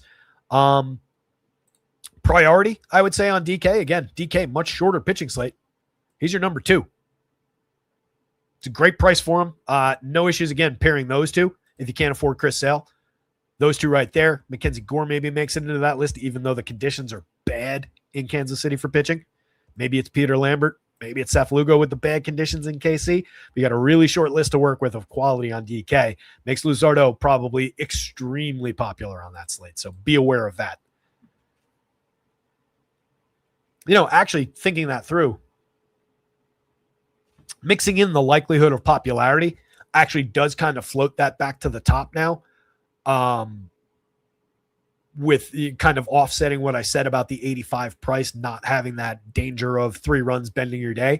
Because it won't bend the fantasy score so badly, but if it's such a common score at that number and then just one guy gets past that, you're going to be in the boat with all those people who are just struggling to reach the cash line despite an okay start out of Luzardo, just because there's so many people on him, where the people who have other options get past you. But I think he's practically mandatory in any reasonable sample of lineups today. Looking at the Phillies bats against Max again, this is a go-to spot of go-to spots in my mind. A lot of the qualities reflected there. They're at a 4.57 implied total that I think ought to be at least a half run higher. I look at the Phillies like they're a 5-run team today. Starting things off, the elite Kyle Schwarber, 63, 4,000, very expensive, but worth it. 23 home runs, a 354 on base, a 151 WRC plus. The 3 true outcomes hitter of 3 true outcomes hitters, going up against Max Scherzer with all the home runs that he's allowed over the last 2 years, all the power output, all the contact. Kyle Schwarber's your home run pick of the day. You are not allowed to use him in our contest, which I've called out a couple times. Sorry to delay the show, but there's the details one more time. We'll probably do this again. In a comment, not in chat. Leave your home run pick of the day. We're going to run this for as long as it takes. First to 5 correct home run picks. First to 5 correct home run picks wins. You get a free month if you win. 1 pick per person per day. Got to use the same YouTube handle every day. It's got to be a comment, not in chat, in a comment on the video. Kyle Schwarber's my pick. Can't use him. Trey Turner, 8.14 in the home run model. He scuffled his way through the season. 7 homers, 14 steals. This slash line is the concerning part for Trey. But like I highlighted yesterday, a lot of the other aspects of what he's doing outside of the strikeout rate going up are kind of around where he's been. So a turnaround isn't out of the question, and we've seen him scuffle and then put it back together before. So I wouldn't rule him out. Any given slate, he's on the board. That DraftKings price, though, $5K for what he's done, not overly comfortable. 3,000 is a more friendly price on FanDuel. 53.37 for Bryce Harper, absolutely in play for power there as well. 12.85 in the home run model. 14 on the board. I came close to using him, but I just wanted to go to Schwarbs. And like I said about the Dodgers, the Phillies, probably a pretty good shot for them to kind of go by the wayside when everybody's going to Colorado, Chicago, Milwaukee, the Athletics, and so on. And especially like if the Dodgers at a higher total draw more of the eye than the Phillies do, renders the Phillies lower than they should be. Brandon Marsh succeeding on BABIP, 332, 364, 514, the best slash line I can remember from him, but he's always been good at getting on base.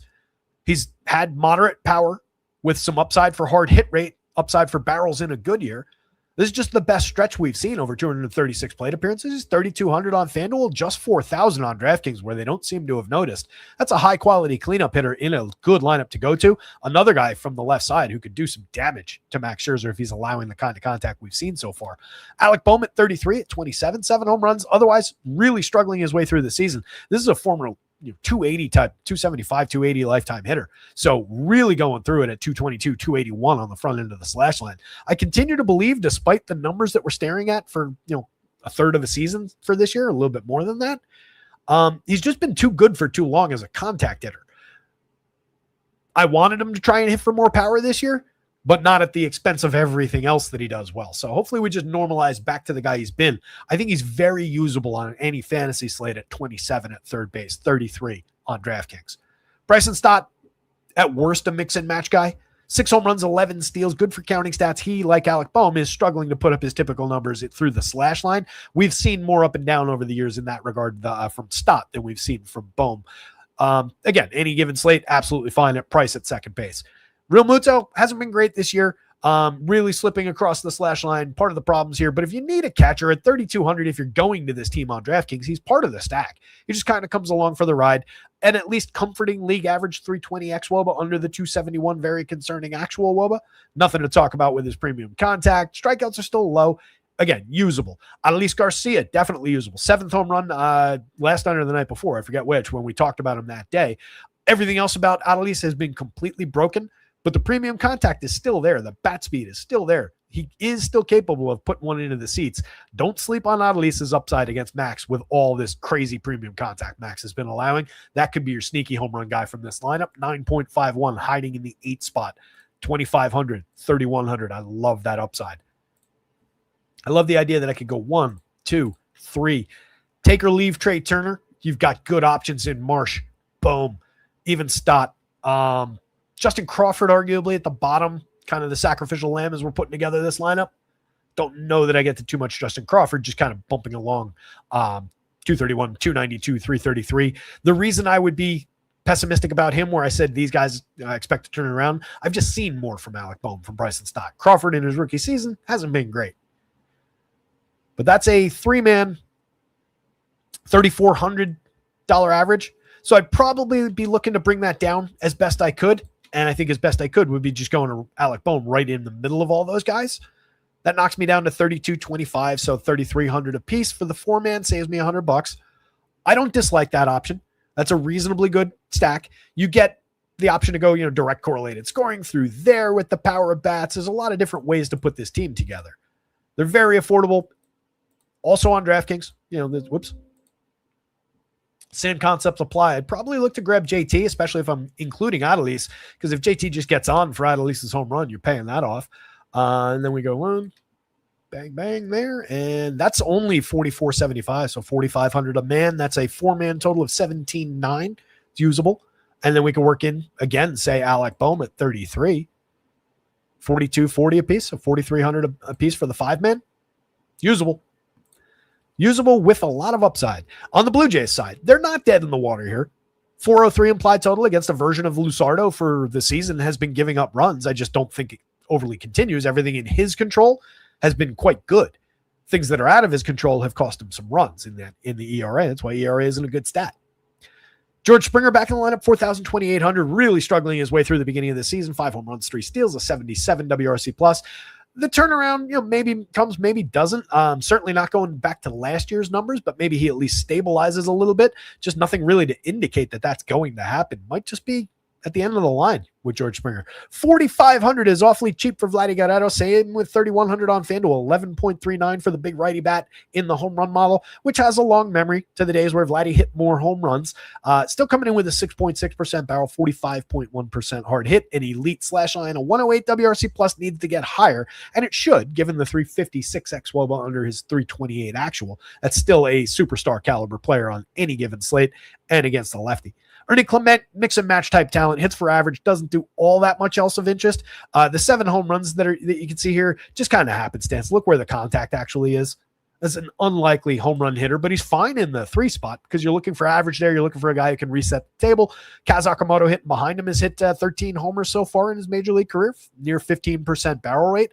Kind of elite contact. One of the go-to options from this team in this matchup because he hits right-handed for a fair amount of power against the lefty. I'd be looking to target that, but it's not like Luzardo is overly targetable given all the swing and miss, and Akamoto's got some swing and miss in his game at 32.6% strikeouts. But Luzardo also terrific at keeping the ball down, 7.4 degree average launch.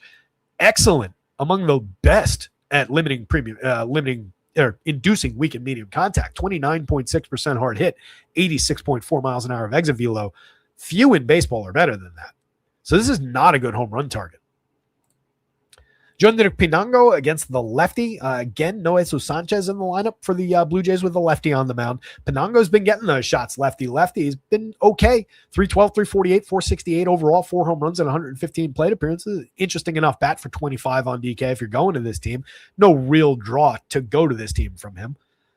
Brendan Valenzuela, mix and match catcher who's found the barrel a few times, 7 home runs and 141 chances, pretty good output. 7.05 puts him on your home run board, but again, Luzardo not a great target for that. Charles McAdoo, an interesting multi-category potential contributor, 14 pretty weak plate appearances so far, but a couple good batted ball events in that mix, which keeps him on the board at 27 at second base, 25 at third base on FanDuel. That's a usable piece, but I think last week he was slightly cheaper when he first arrived. Miles Straw, just a mix and match guy, hit for average when things are going right, maybe steals you a base, but low end and everything else, and he's not even doing that this year. Nathan Luke's buried at the bottom of the lineup. Kind of interesting. Keep him in mind as a wraparound at 27, at 26 in your outfield. If you bring him back around to the top up here, maybe skip over Springer in the same position, but go to Vladdy.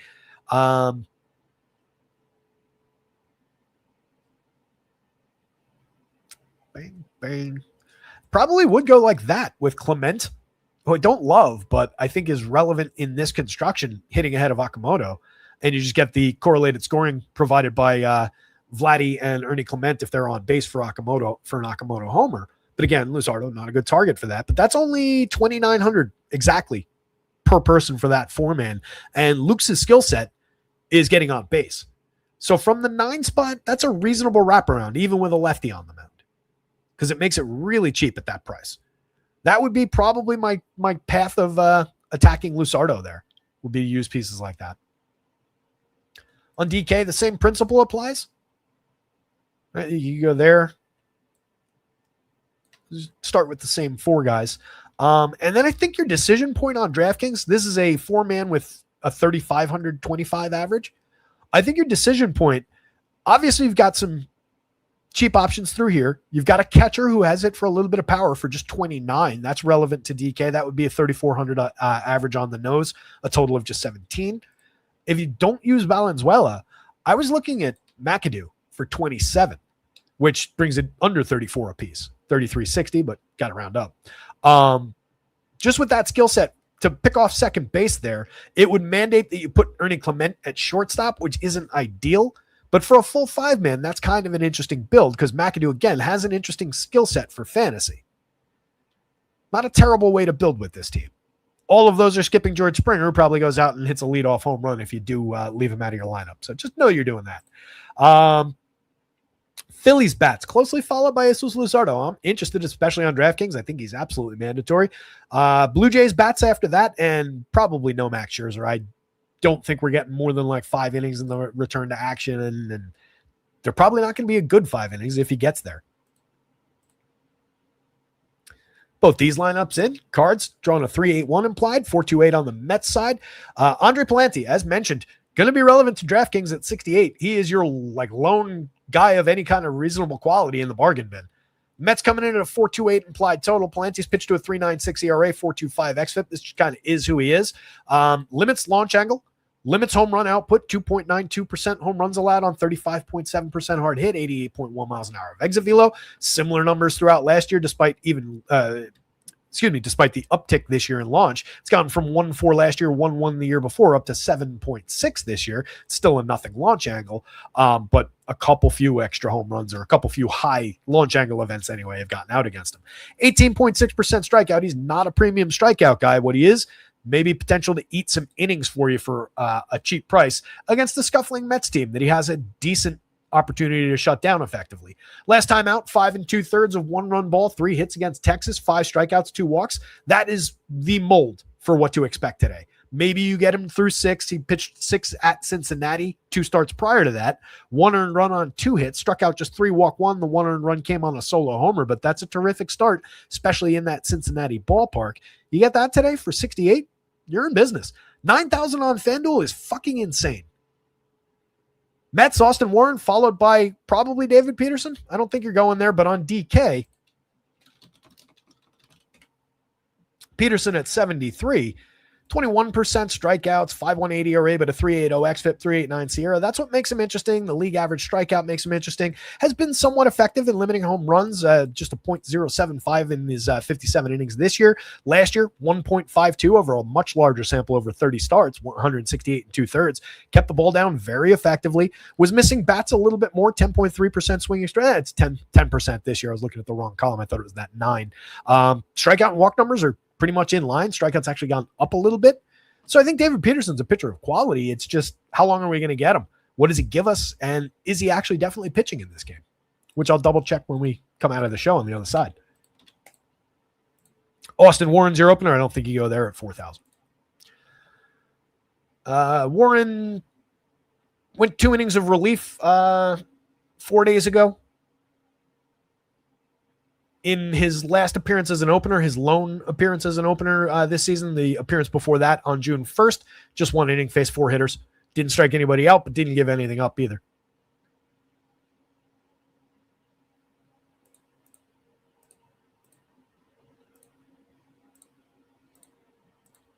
Wait a minute.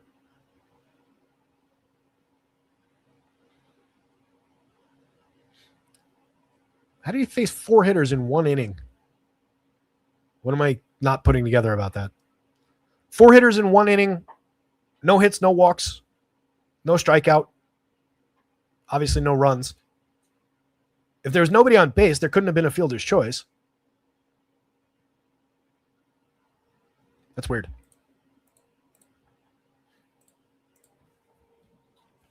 I'm not going to take the time to look it up, but something weird happened there with that stat line that's bouncing off my brain strangely. An error. Yeah, there you go. See, I knew there was an easy answer. It's just bounced off my brain strangely. Yeah, that must have been an error to get somebody on base there. Thank you. Appreciate you, Lee. Gofius looking at the Athletics as a stack. Yeah, I mean, so is everybody else. That's the go-to spot of go-to spots. Brewers and A's, 7.32 runs on either side. Not breaking any new ground there, Gofius, but yeah, that's a very, very good looking spot. If you can get there in different ways, you're certainly, very, very correct call as far as the, big offensive upside spot of the day. What's not a big offensive upside spot, though, is this game. Blah, blah, blah, blah, blah.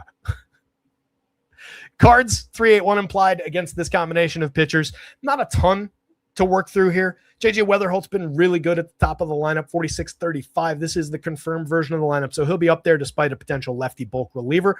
I love the upside in an ongoing sense. 9 homers, 7 steals, 355 on base. Super talented kid. Good way to get a stack started. On DraftKings, Ivan Herrera, absolute priority if you're going to this team at 41. At 34 on FanDuel, where we don't need the position, where we could put Alec Burleson as a first baseman, there's alternatives there. It's not that I want to necessarily work around Herrera. He's been perfectly fine. 7 home runs, an adequate slash line, and a fantastic 388 on base, a 361 xWOBA, a 131 WRC+, some interesting but not spectacular contact. It's just there's a lot of average player there that works better numbers-wise as a catcher than it does where you're blocking first baseman from coming into the lineup. So much more relevant to the DraftKings board. Burleson, interesting player, a lot of good contact this year, 9 home runs, a 360 on base out of him, 134 WRC+. These cards have been great. Look at these on base numbers. These are rivaling, Cubs, Brewers type level of on base. I shouldn't include Nootbaar, but he is very good at getting on base as well. But those top 4 guys, 366 on base percentage on average.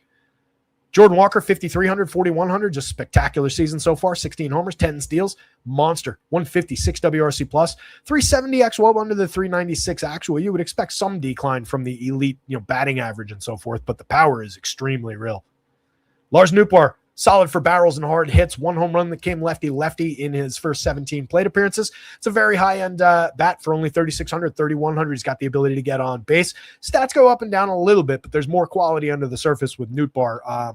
28, I think, which makes him one of the older players on this team, but still a guy just entering his prime, just arriving back into this lineup the last few days. Mason Wynn continues to be an overrated shortstop option. Nothing really to talk about through his slash line. Loosely playable for cheap, but I want basically every other shortstop on the board ahead of him. Nelson Velasquez, a guy that we've talked about for the power upside. 20 plate appearances, got a home run. He's also got a ridiculous 389, 450, 611 slash line that won't last at all. 64.3% hard hit rate is downright interesting. Didn't play in the show last year.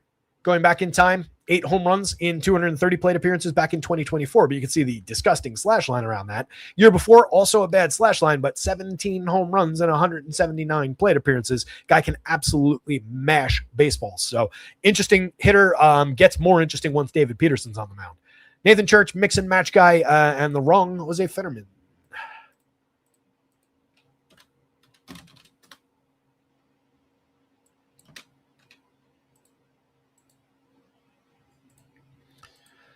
One day we will figure out a better solution for these naming issues. Yep.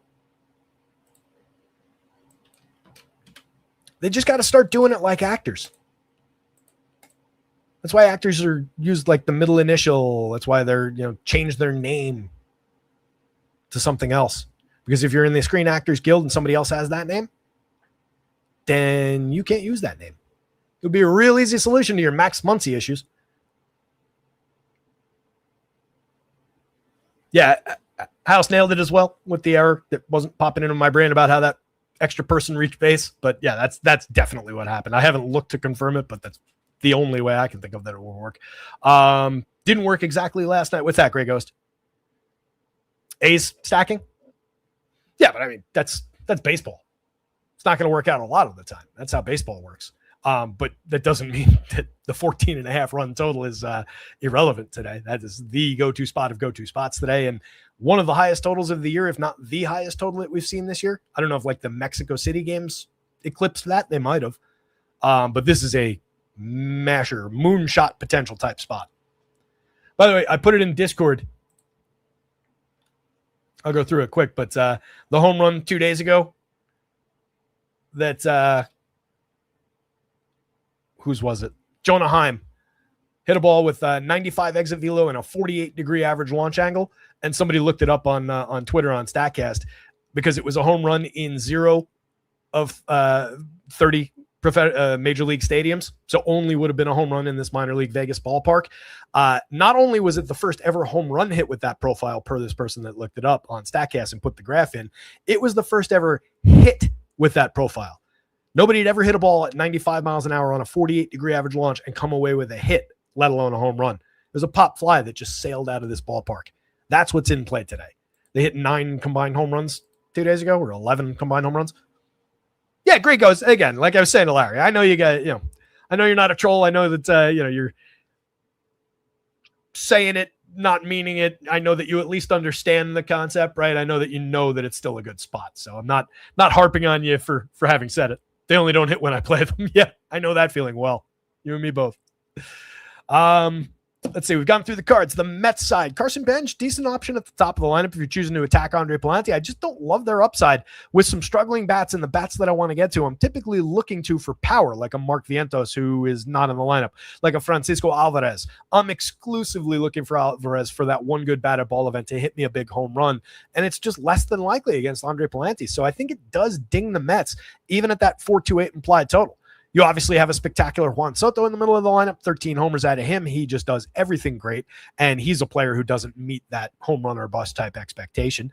But everybody else pretty much is, or they're just bad. Bo Bichette is better than his 230, 281, 325 slash line, but there's very little to prove it with. 328 xWOBA under the disgusting 272 actual. Good year last year, 7.3% barrel, 46.3% hard hit that are not dissimilar from last year. So a lot of bad luck baked in for Bo Bichette.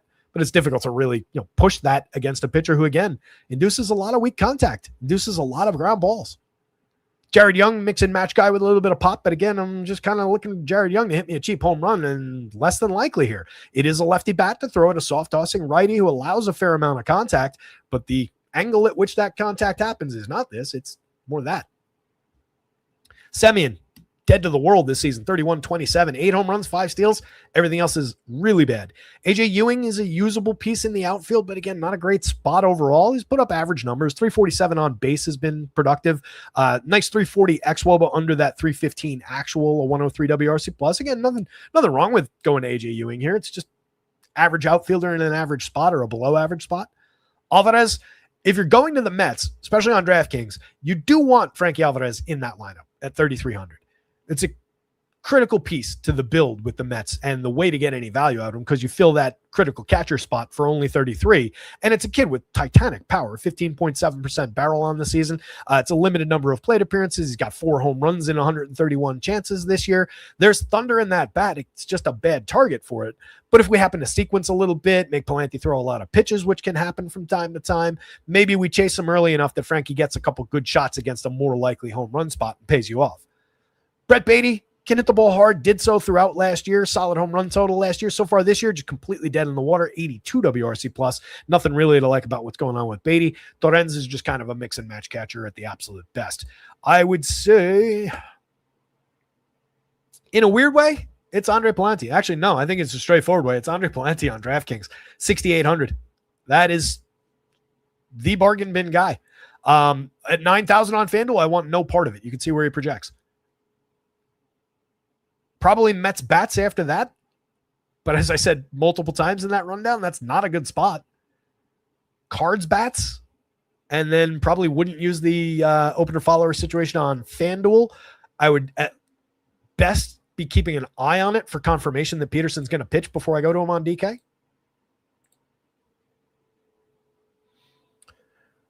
Coming up on 5 o'clock, we're at the Braves and White Sox game. We'll make it. It's going to be a tight finish on FanDuel, but we'll make it. If this game plays, there's weather in the area, but it seems like it's going to play after probably having to delay at the outset. So probably a late start, but fire away. Chris Sale's the class of the slate on the mound on both sides, 11,000, 11,400. Going up against a White Sox lineup, just completely diminished. Obviously, they've lost Murakami, but this version has no Antonacci in it. It has no Colson Montgomery in it. Chase Meadroth in the leadoff spot is an interesting contact hitter who throughout his minor league career and including last year was a low strikeout guy. He's gone up to about a league average 22.2% strikeout rate this year. So even he is not really doing his thing and is not really a threat for that peskiness, that couple balls in play and lack of strikeout that we would worry about with like a Blue Jays team for the game that they put up against Chris Sale last week. So no real danger to Chris Sale at those prices. I mean, obviously he can go sideways on any given slate, but one of the guys who's a lot less likely to. Coming in near 30% strikeouts, an elite 13.9% swinging strike rate, 2.23 RA at 306 xFIP. He's a superstar. There's no, don't need to delve into it too much. This guy, on the other hand, 95 for Davis Martin on DraftKings is going to be a mandatory part of your slate if you're building more than one lineup. He is your next reasonable option after we talk about Chris Sale and Jesus Luzardo and Reed Detmers. Excuse me, I forgot about him. 9,500, uncomfortable, but I think he has kind of earned it. He's striking out 25% of hitters this year, 12.8% swinging is rivals some of the best in baseball. 2.61 ERA rivals Chris Sale, 3.13 xFIP, not far off. I'm not saying in any way, shape, or form that this is a Chris Sale type pitcher, but he has found it this year. He's really put together some interesting numbers and seems real. There's nothing through here that says it's not real. There's maybe a little bit right here that says there could be some problems on any given slate. 10.8 degree average launch is nothing, but 45.1% hard hits right out at the line of 90 miles an hour of exit velo. He has managed to miss the barrel for the most part. He's been terrific with a 1.04% home run rate allowed, but a little bit of that is at least happenstance. These Braves, monster home run bats. Nobody really drawing great numbers in the home run model, but there's more upside than is visible there. They just, again, lost Ronnie Acuna again last night. 413 implied. I kind of lean Braves with where Davis Martin's priced, particularly on FanDuel at 10.9. I'm really struggling to get there when I can spend just a little bit more and get to the totally elite arms on the board. You can also see a little bit in Stuff Plus, Location Plus, and Pitching Plus. Two of these are 10-ish, 9-10 points below average. His closest to the average, 100 is league average. His closest is as a locator. But, again, everything he's done over here in putting together an undeniably good 12 starts kind of defies what everything about the actual pitches that he throws looks like from a physics perspective as they move through space and time. So difficult to have a lot of faith at these prices. But again, that one just kind of hits the board. You got to use them. Braves bats against, I'm interested in, especially kind of like last night. If they fall off the board a little bit, they just look a little bit less than with no Acuna in there. They look a little bit less than they did yesterday from an upside perspective. If Davis Martin has it like he has all season, it's not a great spot. But I have faith in the talents anyway of Michael Harris, Matty Olson, certainly Austin Riley, even with the struggles that he's gone through this year. I have a lot of faith in those hitters. What I don't have a lot of faith in is that Ozzie Albies, as I've highlighted a few times already, continues this resurgence that we've seen. There's nothing about his contact profile this year that would suggest that. He's got a 309 xWOB under his 343 actual. He has hit 10 home runs. He's hitting for average. He's getting on base. He's really interesting. But Matt Olson ought to be hitting second. Michael Harris has been terrific. I actually do buy into his surge here. This is the best we've ever seen from him. 313, 346, 524. Elite numbers in the weighted on base column. 13 homers. Just crushing the ball when he makes contact. Lowered his strikeout rate. Doesn't draw that many walks, but pushed it up a little bit from last year. But this just leads to a lot of volume of that elite level of contact that he's making. It's a phenomenal left-handed hitter. He's only 41. DraftKings has not woken up to the fact that Michael Harris has had 240 star caliber plate appearances this year. Honestly, at 33, FanDuel barely noticed, and that's the reactionary side, but really cheap pricing. 51.39 for Olson, a little bit cheaper on DK, I think, relative to the cap. 19 home runs, a terrific start to his year. Just needs to keep it up. Was good for 2 yesterday. Dom Smith, solid mix and match guy with a hit tool. The power comes and goes. He had 6 early home runs. I don't think he's hit one in a minute. 292, 331, 458, though, creating runs. He's not uninteresting, but miscast as a cleanup bat. Well, that's not fair. He can put the ball in play and clear the bases for them. So he's all right in that role. Mauricio Dubon, mix and match type guy who had a good start, but has already come back down to earth. Austin Riley at 4,000 at 2,900 is still a good way to fill third base with all the power we've seen from him over the years. The premium contact numbers are diminished at 10-1 at 44% hard hits. Those are still good in a vacuum. If it's just you erase the name that was there, you'd be like, oh, those are pretty good numbers. If you gave those to Yaz, I'd be like, yeah, Yaz is hitting like Yaz normally does. Right? So Austin Riley right now is like Mike Yastrzemski 2-3 years ago. Not great, but you get the occasional home run.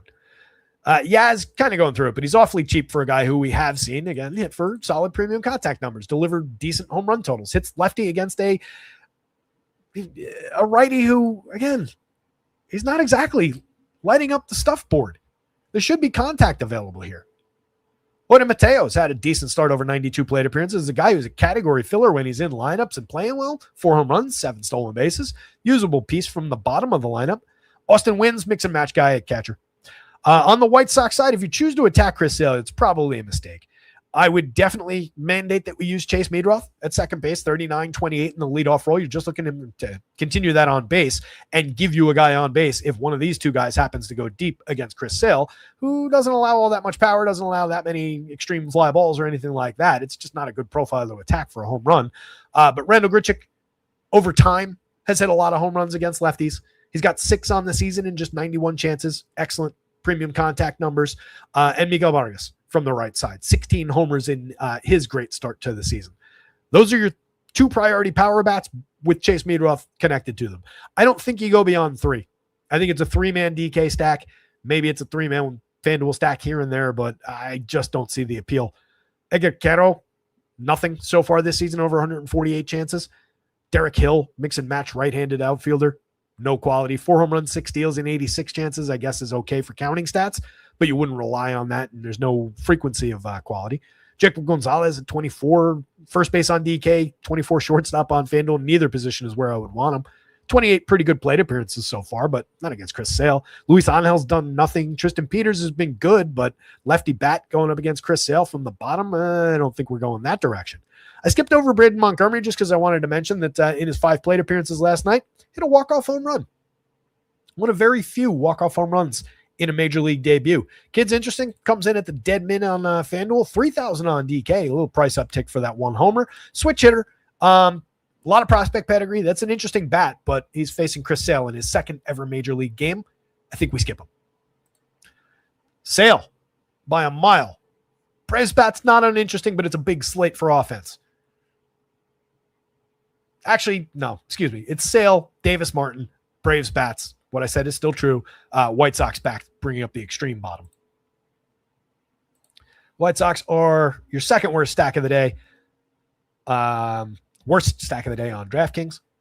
Pirates coming in against Ohtani as your worst FanDuel stack of the day. One more time. There's your home run contest. We're running a multi-day contest. 1st to 5 correct home run picks. Got to leave them in the comments below the video after this video ends. So you got to circle back. Leave your home run pick as a comment. I'll give you a little thumbs up on it or whatever. I'm going to track them over time. So use the same screen name. 1 pick per person. You can't use the guy I picked, which is Kyle Schwarber today. It's like an obvious one off the board. But yeah, if you win, first 1 to 5 wins a free month. If it's a tie, we'll give them to both of you. 4 to go. I think I can. Ugly conditions in this game. Extreme wind blowing out to left field. A lot of rain in the area. Might get a washout. Roth likes it to play, but be wet during. And again, just, major negative working against both these pitchers. You can see it in those run totals. 2 teams that have been mostly scuffling to create runs this year. 5-2-3 on the Rangers side, 4-8-8 on the Royals side. And that's against 2 very capable major league pitchers. There's nothing bad about Mackenzie Gore. 4.23 ERA, 4.10 xFIP is all right. 24.7% strikeout rate. He's walked too many this year, but he's been a lot better than this over time. Lugo can eat innings. He's thrown 76 in his 13 starts, pitching to a 3.91 ERA, 4.19 xFIP, 4.28 Sierra, around a 4-run pitcher, just below a 20% strikeout rate. But again, nothing overly wrong with those numbers. He's given up a little bit too much premium contact. 11.2% barrel is egregious. 41.4 is over the line. That's a 1/10 of a mile an hour of exit velo over the line. 2.18% home run. He's probably a little lucky to be at that number, and that could work against him. If he's given up this kind of contact with the wind blowing out like that, it could lead to some power uptick for the Rangers. They're showing a little bit of it. Corey Seager above the magic number. Jock Peterson at 8.08. We highlighted Jock's recent surge yesterday, normalizing back to career standards, I would say. 3,000, 2,700 against any righty. I would use Jock Peterson at those prices on a favorable day for Texas offense and just for some explosive hitting opportunities. I like the upside quite a bit in going to Jock Peterson. Corey Seager, the lefties up at the top of the lineup. Brendan Nimmo's part of that conversation too. Let me see if we got this confirmed in. Nimmo's had a strong start to his year. 7 home runs, a 332 on base, has a very interesting 377 xWOBA under his 326 actual. So by the actual WOBA, he's only been around the average. But that xWOBA is elite. 11.6% barrel, 51.3% hard hit is where a chunk of that comes from. But don't be surprised if you see a big surge from Brandon Nimmo at some point over several weeks. Wyatt Langford just getting back into the swing, 2 home runs, 3 steals on the season. Very, very talented hitter. A lot of upside in going to some Langford for 33 for 29. Maybe not front of mind as people start building from, up here, get some of those lefties in, get a few outfielders in. Maybe he slips slightly for, being right-handed, for being just recently added back to the lineup. 22 homers, 22 steals, 344 on base, 118 WRC plus last season. Ezekiel Duran, solid mix and match guy across multiple positions who we've succeeded with in the past. Like the price at second base a lot better than I do on FanDuel. 32 on FanDuel is a bit much. 293, 345, 457. We're in the midst of one of his good stretches, but any given slate, that could just totally die on the vine, and eventually it catches up to him. 318 xWOB under the 351 actual to illustrate that point. Evan Carter, line drive focused hitter who's not hitting successful line drives right now. Nothing really to like about his profile, but a cheap lefty bat to put into the mix. Nicky Lopez, a nothing hitter at the bottom of the lineup. Just ignore him. Kyle Higashioka, just looking for the one cheap batted ball event with the wind blowing out for a right-handed hitter toward left field. That kind of works. 4 home runs on the board so far this year. I like his chances to get back to 10, 11 home runs as typical totals. Could be a good day for Higashioka. 27 for very cheap. 2,700 is very cheap on the site where you need catchers. Yeesh. Royals, Lane Thomas is interesting in the leadoff role against any lefty. 3,000, 2,400. A lot of success through the career against lefties. We highlighted his success from a couple years ago on a show a couple weeks ago. He paid off that day, coming in with a 354 on base in those 147 plate appearances against a lackluster batting average. 2 home runs, 3 steals, just a 310 weighted on base with the matching number underneath the surface. Hasn't been exactly interesting, at least not to the level of that guy he was a few years ago. But there are things going on that I think could lead us to conclude that maybe we get back to that territory and that he's very usable in this role against the lefty. Bobby Witt is a superstar. Don't question it. 9 homers, 23 steals. You just use Bobby Witt if you're going to this team. Michael Garcia back in the lineup at 45-29. Third base only, perfectly fine on DK. Multi-position, any one of those spots on FanDuel works wherever he fits in your combination. And since shortstop isn't part of the conversation, first base, again, any one of those spots, that just makes him super flexible because you can swing him around to get to combinations of Royals and so many different teams where you're not sacrificing. So I love that player at those positions. He's only been okay this year after a breakout season last year. 351 on base last year, 16 homers, 23 steals, excellent slash line, 334 xWOB under a 347 actual. So a little overperformance, 121 WRC plus. But last year's overperformance wouldn't lead us to conclude that he would come in this year at just 316, 321 in those categories. So he's underperforming worse this year than he overperformed last year. Sal Perez, speaking of underperformance, 9 home runs, but an ugly slash line. We're just looking for the big batted ball events that we know are still in there for Sal, especially against the lefty. And Mackenzie Gore does give up a little bit of contact. Fly ball pitcher, 8.8% barrels. Nothing bad here, but targetable. Vinny, the lefty, really scuffling his way through the year, but would continue to go there. Lefty knocks him down a peg with those 4 go-to righties at the top of the lineup, but that probably also renders him a little bit lower owned. So does just his ongoing struggles this year. Definitely usable, and if they chase Mackenzie Gore, he becomes even more usable. Starlin Marte, mixer at best. Holding down an okay slash line, just an 84 WRC plus, but probably gets more interesting as time goes on. 323 xWOB under a 299 actual. Some good batted ball events too. 15.6% barrel rate for Starlin Marte stands out. That's double what he's done for his career. Jack Caglianone, monster for barrels, monster for hard hits. Inconsistent, but 261, 338, 442 is pretty good. 8 home runs, 3 steals. Excellent 360 xWOB under a very good 345 actual. I'm not entirely sure why Jack is only 32 on DraftKings and only 26 on FanDuel. First base and outfield over there, 32. It's lefty, which isn't going to do him favors, but still a very playable piece at those cheap prices. Lofton, Collins, just mix and matchy types. Brother David Jones, good afternoon, everybody. Getting here a little bit into the show. You might have missed a couple things, but you got a little time to catch up if you're going on twice speed anyway. Hour 57 into our show. Good to see you, buddy. Hit the like button, subscribe to the channel. As you go back in time and rewind the show, you'll hear about a contest that we're running. Put your home run picks in the comments section. Pick one. Coors Field, Cubs, Rockies. Now we're getting into these back-to-back launching pad games. 2 very high totals in this one. Cubs getting the meat of it. Come on. Let me click back over to the overview tab, you son of a... There we go. I don't know why it's taking a second. Got the Rockies lineup in that. Cole Carrig, their up-and-coming rookie that they called up, made it up yesterday, day before. Neither site has put him on the board yet. I don't know why. That's a kid with some interesting talents that would be in the mix for shares. Feeds the beast a little bit for the Rockies lineup, but he's in the 7 spot. Less relevant than if he was like leading off. But I did want to call out that there's a talented player added to this Rockies lineup. Going down the board with the Rocks, though, Willie Castro, Kyle Karros, TJ Rumfield, a lefty, Jake McCarthy, another lefty. Hunter Goodman is your priority here. 13.24 in the home run model, the big righty, 18 home runs on the season. That's the guy that everybody's going to go to from this team, though. He's very obvious. It's not the best configuration of this Rockies lineup. They're missing a few interesting pieces. Castro's been all right. He's normalized his year, 271, 343, 378, but ultimately he's just a movable piece. He's a utility player. He's a good utility player, but his fantasy quality comes and goes. 293 xWOB under a 325 actual. Kyle Karros getting an opportunity to hit second is weird. He's made okay contact. He's drawn some walks. 232, 336, 341. I just want my home run upside because that's what Imanaga is coughing up like crazy. We talked about it. 4 home runs last game, 2 games back-to-back of 3 home runs apiece, 2 home runs in the game before those 2. He's been so bad for power allowed this year. All this premium contact. 5.52% home runs coming into Coors Field. I want more home run power. Ezekiel Tovar could maybe give it to you. He's up to 8.80 in the model. Only 5 on the season, though. Really struggling. Not finding the consistency or the quality of premium contact that he has in years past. Rumfield doesn't exactly crush baseballs. Hits for an okay average. Gets on base to set the table for Hunter Goodman, which makes him a part of the stack. But that's not a go-to home run hitter, especially not lefty-lefty here.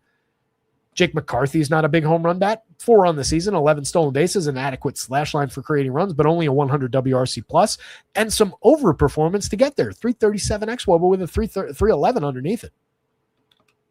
Braxton Fulford, Chad Stevens, they didn't do us any favors with this version of the Rockies lineup. I'm not sure if that total slipped a little bit, but that probably comes down on this version of the team. But it being Coors Field, Imanaga being downright awful so far this season, definitely targetable. The Rocks will be the lowest owned of the 4 monster teams today. Going to the Cubbies, or the monster totals, I should say. 6.5 run total for the Cubs. PCA, we talked about it yesterday, just been surging overall. 11 homers, 14 stolen bases, reclaimed his spot atop the lineup. They're going up against Michael Lorenzen. Doesn't strike anybody out. Walks a handful of hitters, not problematically so if he struck anybody out, but he doesn't. We're closing in on emergency levels of premium contact across the board. 2 out of the 3 categories are over the line. Pretty lucky to be at just 3.65% home runs. He's a nothing as far as stuff plus, pitching plus go, just above average as a locator, but that just means he's putting the ball where he wants to, and people are crushing it in the other direction. 8.01 ERA, 4.47 xFIP, 4.54 Sierra. If we're being fair, that's probably who he ultimately is. If we're looking back in time, 4.64 ERA is kind of right on the nose with that, with better underlying numbers last year. His biggest problem, 1.99 whip this year. That is a ton of base runners. You get endless opportunity for these Cubs to do their thing in sequence, even if they're not hitting home runs. And Coors doesn't always equal home runs. There's a lot of sequencing available. There's a lot of doubles, a lot of triples in this monster ballpark. This team could easily pay off that upside. They get on base a lot. Moises Ballesteros could give you a little power from the left side here. 6 home runs and 159 chances. Some very interesting contact for a $4,000 catcher if he's in the lineup at Coors Field. That makes him super interesting. Reasonable alternative, honestly, to Michael Busch on FanDuel as well, considering the $700 price offset. He's hit 6 to Michael Busch's 7 in way fewer plate appearances. Busch was spectacular last year, has made good but not utterly elite contact so far this year. This is another spot where if you took these numbers and assigned them to like Alex Bregman, I'd be like, holy shit, Alex Bregman's crushing the ball this year. For Busch, it's a downturn. The output has been dialed back. 348 WOBA with a 346 xWOBA under the surface, still creating runs, 23% better than average by WRC plus. Absolute priority if you're going to this team, but that is a reasonable alternative for your FanDuel builds if you're only using one of the catcher first base util combination.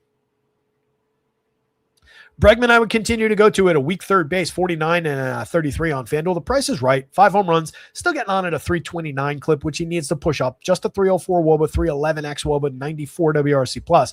Not the best stretch of Alex Bregman, but we know that there's more talent in there. I don't think Alex Bregman's totally done. Lack of strikeout, Upside for walks, if nothing else, an interesting correlated scorer who puts a lot of balls in play. Ian Happ, elite season so far with 14 homers, a 349 on base, 132 WRC plus, easy go-to option if you're getting to the Cubbies. Seiya Suzuki for power upside, 8.65 in the model. He's hit 9 in 221 plate appearances. Premium contact has been down around that total, but I like him to find it again as time goes on. Nico, excellent option in this ballpark. Love the upside for few base hits, some run scoring out of Nico at worst. Talented guy, fills categories for fantasy. Pedro Ramirez and Carson Kelly mix and match pieces if they're in the lineup. Cubs, Rockies. If you had a gun to your head and were dangling over a trapdoor with a pit filled with lions and tigers and poisonous snakes who probably would all just kill each other, maybe you'd be safe. Imanaga would be your pitcher if somebody was making you, but I don't really see a reason, not even on the shorter DK slate, to use Imanaga here. He just hasn't had it. Right? The numbers under the surface are better with the 3.83 ERA, the 3.66 xFIP at Sierra. It erases 3.83 xFIP. It erases some of the concerns about the power, but if he's allowing anything like the power, the contact, the home run totals that he's allowed, gets ugly real fast at Coors Field. Vegas. Imanaga loves to give up home runs. Yes, he does, Lar.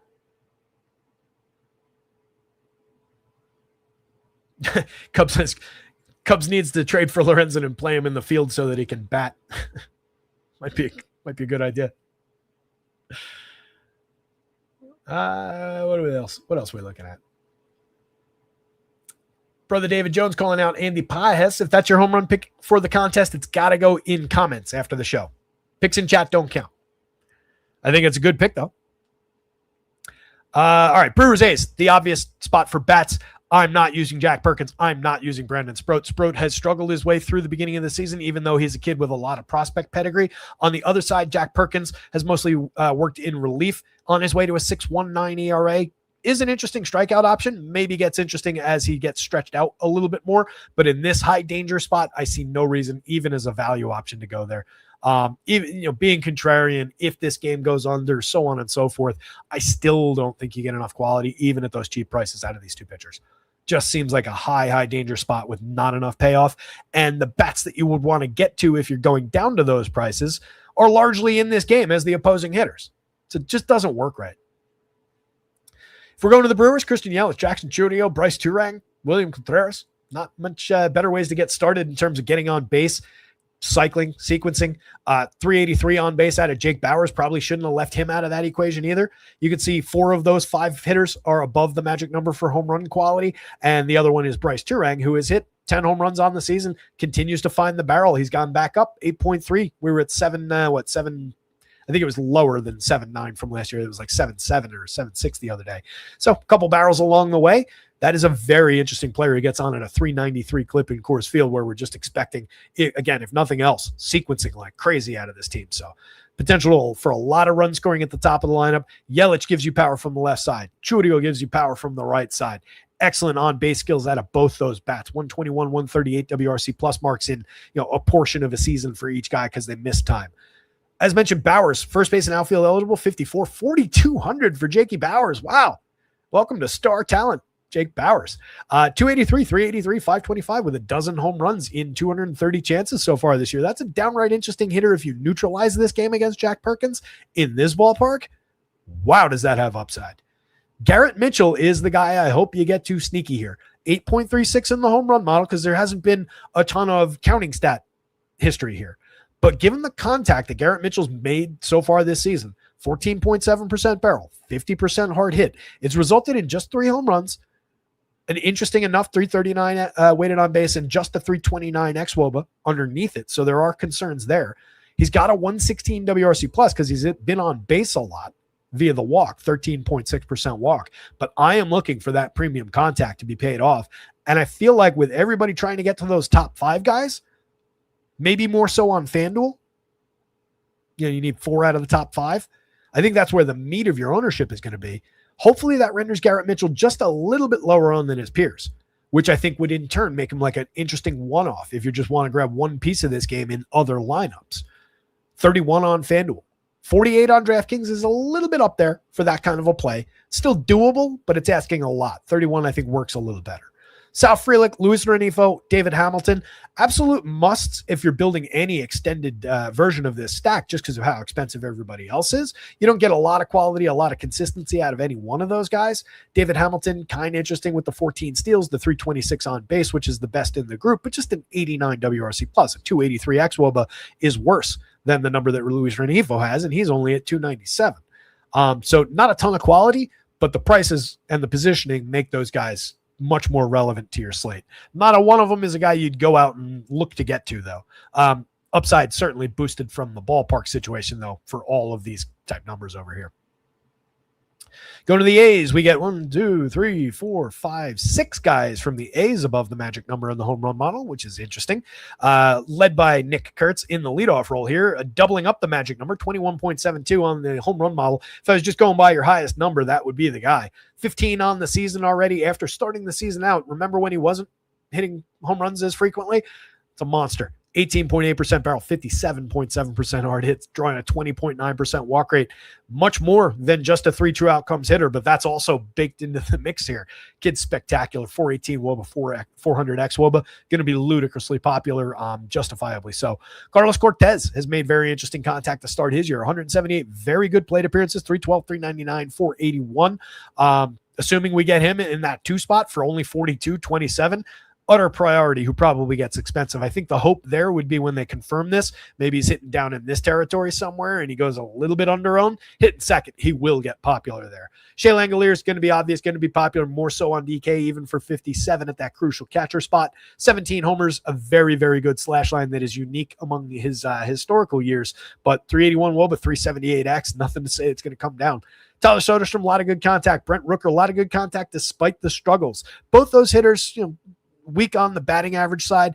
At least Soderstrom's gotten on at a 336 clip, but we're mostly just looking for the power upside there anyway, so we don't really sweat the lackluster slash line, and we know that Brent Rooker is a much, much better hitter than this in the long term. Henry Bolte at 35.27, another interesting bat to keep an eye on. Cheap prices for a premium rookie with power and speed. Probably gets a little bit popular, but I think any popularity concerns would largely be offset by that discount. That's a nice price to have in this go-to lineup. Zach Geloff is cheap, 43, 3,000. They really didn't do anything to these Athletics prices. They did on the Brewers side. Geloff, former 2020 guy, he's got 8 home runs, 6 steals, and 183 chances this year. Put together an interesting enough slash line. 340 weighted on base based on what he has done. 289 xWOBA waiting to bite us. But any given slate in this ballpark, even if he's hitting pop outs, they might get out of the stadium, as we saw. Jeff McNeil, mix and match slap hitter, cheap price at second base, makes him usable. 24 on FanDuel with outfield eligibility, usable. And then this Max Muncy, I forgot to change it in the stats board. Sorry about that. Projection is drawing the correct Max Muncy. Stats board, since I didn't change the back end data when I updated it, is not drawing anything.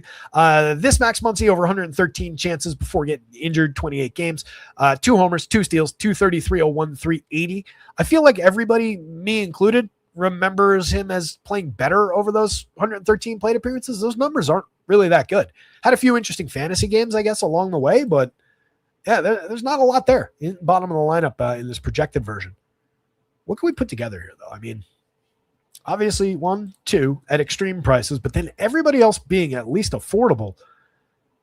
Do we have playability to the full 5-man? I mean, the obvious configuration would be that. That's 5,000 a piece on the nose, 25 total, probably a bit pricey, but not as crazy high as just your 5-man there is 57.80, 28.9 total. Yikes. Good luck putting that together with any quality. And you can get that cheaper, right? You go 1, 2, 3. Probably, actually, if I'm skipping those 2 outfielders, I probably do go Bolte, Geloff there. That brings me down to 47.20 for the 5-man. I get Kurtz, I get Cortez, Langoliers, Bolte for cheap, and Geloff for cheap. Not a bad way to build with the Brewers. And then if you wanted to build the more extreme version of that, you're leaving out the 2 $5,000 guys. And now I brought it all the way down to 42.40 in this ballpark for a 5-man. that still includes Carlos Cortez, Tyler Soderstrom, Brent Rooker, Henry Bolte, and Zach Geloff. They left some pricing on. They left some money on the table on DK, and honestly on FanDuel too. It's really only Kurtz and Langoliers that are all expensive for this ballpark for this 7-run situation. The A's are going to be stupid popular with these numbers, with these prices. Wow, I hadn't fully absorbed how cheap they had made them. I in no way want to leave Langoliers and Kurtz on the table on DK. But that is a really interesting 5-man. Again, it was Cortez and those 4. To get to those 5 hitters in this park, especially if they're in that order, for $42.40 a piece, 21.2 total. Whew. Yowza. Since they're so cheap and potentially effective here, A's, even though they're the better team that's more likely to get on base and create a bunch of runs, Brewers, they're neck and neck for the top spot. It's a nothing decision. They're essentially exactly equal because their run totals are. Don't use either of those pitchers. Rounding things off with the Astros and the Angels, another spot with mid-4s implied totals. How many sub-4 totals do we even have? 1, 2, 3. 2 of those aren't on your DraftKings board. 4. On an 11-game total board, we've got 4 sub-4 totals. It's just an offense-focused day. Lambert, Detmers. We talked about Detmers 2 hours ago at the beginning of the show.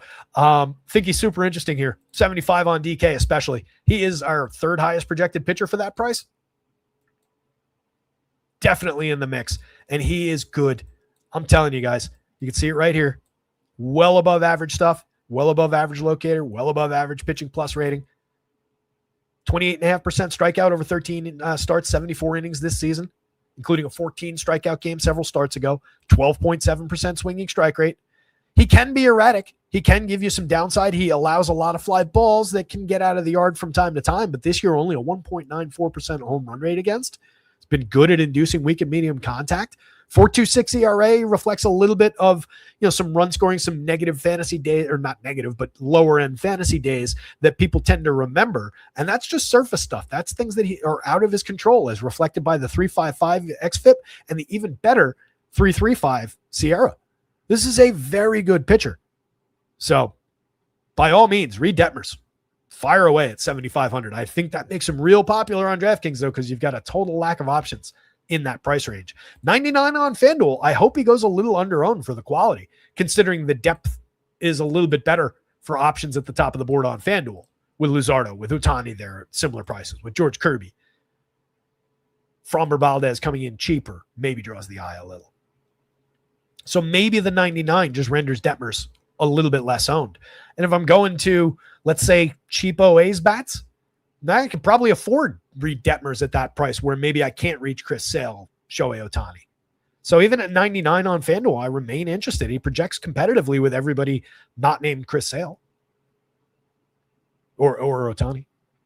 Lambert at 82, 93. It's a high price to pay on FanDuel. Doesn't share the ceiling that Reed Detmers does most of the time.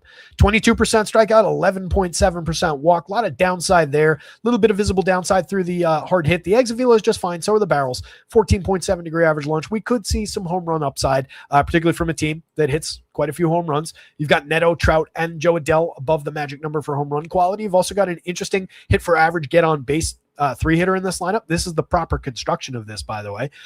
Meckler really interesting in that role as a 3-hitter because he can do those things. Reset the table for Joe Adell. Adell is underperformed on the season. He's up to 10 home runs, 243, 287. I think we need more on base out of Adell. 392 slug. We certainly need more slug. It's come on a big dip in barrels, but that's still at least, average-ish type barrel rate. Still a good 46% hard hit rate. Joe Adell's still in there. 334 xWOBA under that 300 ugly actual. So any given slate, we could see the monster 2-home run type day. And there's nothing about Peter Lambert that would take it off the table here. Cheap Joe Adell at 2,800 is priority within this Angel stack and a very interesting bat just in general across the slate. That's another guy to maybe keep in mind as a one-off. 34 on DraftKings. Interesting. Mike Trout obviously fills all of those things too and would be the more interesting one-off, but he costs 57. He costs 38. He's Mike Trout. 14 homers on the season and 303 chances. Everything else, 389 on base is actually spectacular. So are the xWOBA and the WOBA numbers, but the 223 average, 441 slug is good. 133 WRC plus, good, but maybe not reflective of the contact that he's made, the walk rate, the on base percentage. It feels like it should be, 150 plus type WRC plus, but still obviously elite and a go-to option here. Neto, one of the top shortstop options on any given slate, 13 homers, 10 steals out of him so far this year. Ozzy Peraza is really interesting. Good way to fill second or third base on FanDuel, second on DraftKings.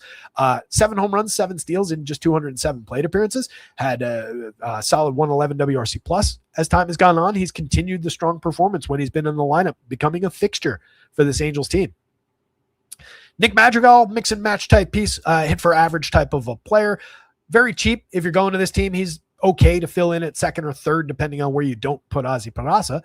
Jose Citi is interesting. We've talked about him a few times. 2 home runs on the season in 40 plate appearances. He's had little outbursts for fantasy quality. He can hit the ball pretty hard, find the barrel a little bit, has done so over time. As you look back, 14.6, 12.7% barrel rates. It's the consistency that is lacking for a player like Citi. But any given slate upside for sure from the righty. Logan O'Hoppe gives you upside for power from the right side as a catcher. 2,600 is very, very cheap for the position on DraftKings. He's made interesting enough contact given the 11.1% barrel. It's just been less frequent than it was last year. Only 2 home runs and 152 chances. Obviously, we're way off pace, but we know that he can deliver on any given slate. And then the guy I skipped through here just because it's a good story. I did not realize that Trey Mancini was even playing professional baseball anymore. Made it back to the show. Had not been here since, I want to say, 2023. Just was shocked to see him land in the lineup the other day. Yeah, last time he had played in the show was 2023 with the Cubs. 263 pretty bad plate appearances that year. 2022, he had 18 home runs. Low-end slash line, but a 105 WRC plus, an interesting 335 xWOBA under the surface. Had a 340 xWOBA the year before with 21 home runs on the board. Adequate slash line, 105 WRC plus. The reason I highlight him, dude beat cancer. Made it back to the major leagues. Even though he hasn't been a major league regular the last 2 years, he was actually sticking it out in the minors as a 33, 34-year-old last year in the beginning of this season. Missed all of 2024. Came back for 335 plate appearances in 2025. Hit 16 home runs in the minors, 308, 373, 522. Obviously, we're talking about a major league veteran at age 33 playing in AAA, so take it for what it's worth. But he was just the fact that he's still playing professional ball, I just think it's great. And this is an interesting player. If he can put together anything like who he's been over time at 2,200, first base outfield, 2,000 dead min price on FanDuel, it's an interesting guy. Had a successful first 7 plate appearances. We'll see where it goes. But yeah, give me some Trey Mancini if I'm building with Angels. Probably not going to be overly popular. On the Astros side of things, we've got some awesome options here with Jordan Alvarez at 64-44, 22 home runs on the season, one of the league leaders. Just absolutely fantastic across every single category. Well worth the money, even against the quality Reed Detmers. The thing we don't worry about basically ever with Jordan, and I haven't looked at where he's at this year, but I just don't care given what he's done over time. Lefty-lefty. He has been the best lefty-lefty hitter in baseball since Barry Bonds. So you just go there. Jeremy Pena at 44-34. Easy option to fill shortstop. 281, 348, 413 start following up a good season last year. Fairly priced across both sides for the position.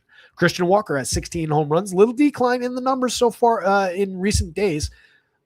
Uptick in the strikeout, which we don't want to see, but still a major piece for this team. Still a good option at first, particularly on DK at just 42. 36 on FanDuel is a little dicey. Isaac Paredes, bad ballpark for his profile. You're looking for correlated scoring version of Isaac for a fair price on either side if you get him, but don't expect the home run. Jose Altuve, 4,029, still a usable piece. 5 home runs, over 201 plate appearances. The quality is notably down overall for Altuve, but given what he does, I think any given slate you could see, a couple base hits, run scoring at worst. Cam Smith, a player we've talked about quite a bit. Low end slash line, 6 home runs, 8 stolen bases, and 256 chances. Not on pace for anything overly interesting, but 12.8% barrels and 44.2% hard hits is definitely interesting for a hitter, again, that people just aren't going to be focused on, especially against a guy who's probably going to be a very popular pitcher on DK. That also adds to the mix for the Astros on that site, where Detmers is going to be probably the go-to SP2 of choice. You'll get a lot of weight on him. So if you take the opposing lineup and they happen to connect, you're directly impacting a big chunk of the slate there with Astros bats. So yet another reason to consider them. Jake Myers mix and match, Christian Vasquez mix and match, Bryce Matthews down the bottom, maybe interesting. 4 home runs in 167 plate appearances. I don't think there's anything really here, and he strikes out too much and doesn't walk enough, but some interesting enough batted ball events to mix him in here and there at second base. I don't think he even fills that outfield spot well on DraftKings. It's just about the second base role, but maybe throwing him into the lefty gives you a little bit of potential. It's a cheapo option to end the show. I hate that we always end the show on like such a low end bet. I should do the last game in reverse every time. That is your show, gang. Oh boy, that was a long one. A lot to talk through. I mean, it's a fun, interesting slate. I love it when it gets like this. That's why we got to do so much. Brother David Jones asked, do you think the Cubs will score runs at Coors Field tonight? Yep. Yes, I do. I think Brother David probably being a little facetious with that one. Yeah, Cubbies look pretty spectacular against Michael Lorenzen. Kind of a nothing pitcher.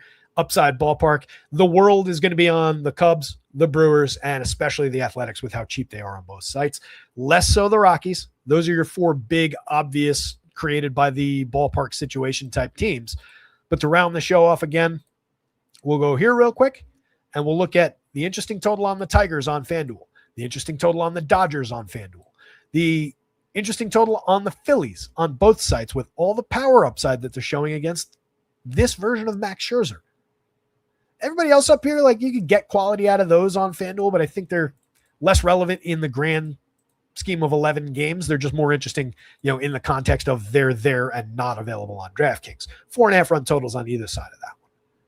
I don't think the Twins are particularly interesting, kind of in that same vein. Any one of those 3 teams could have a day. We're not taking them off the board because those are healthy totals. Again, this is just an offense-focused day. This game I don't love for upside. Pitcher-friendly park, neither team really showing all that much, but not exactly challenging pitching in that game. But I wanted to highlight that, despite the ridiculous look of those 2 spots, those 4 teams, there are very, very usable options throughout this slate. Royals and Rangers, not the least of which. Wind blowing out there, 10-run total in that game. Don't ignore that Texas-Kansas City game, obviously, unless it's pouring rain and it looks like it's going to rain out. Then take it out of your mix. 5.22 implied on Texas' side, 4.88. And again, that's with good pitchers on the mound. Imagine if we had crap pitching in that game. Those would be 6-run challenging totals too. I don't love exclusively chasing the weather, but in that spot, it seems to kind of make sense as just getting away from these while maintaining ridiculous upside. And to put a finer point on it, there's your stacks board one more time. I won't take you all through it, but that's what's available behind the paywall on rotoscouts.com. I almost said on FanDuel. rotoscouts.com, rotoscouts.com, rotoscouts.com. Check it out. Got to get enthused about these.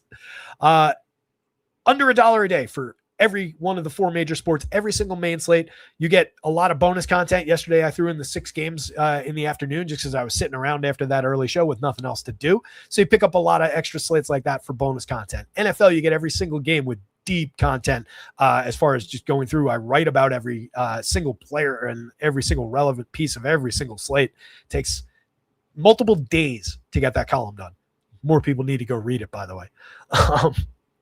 That's all available for under $1 a day, in addition to every main slate projections for NBA and NHL, all through the playoffs for all these individual games, obviously. Let's go Knicks.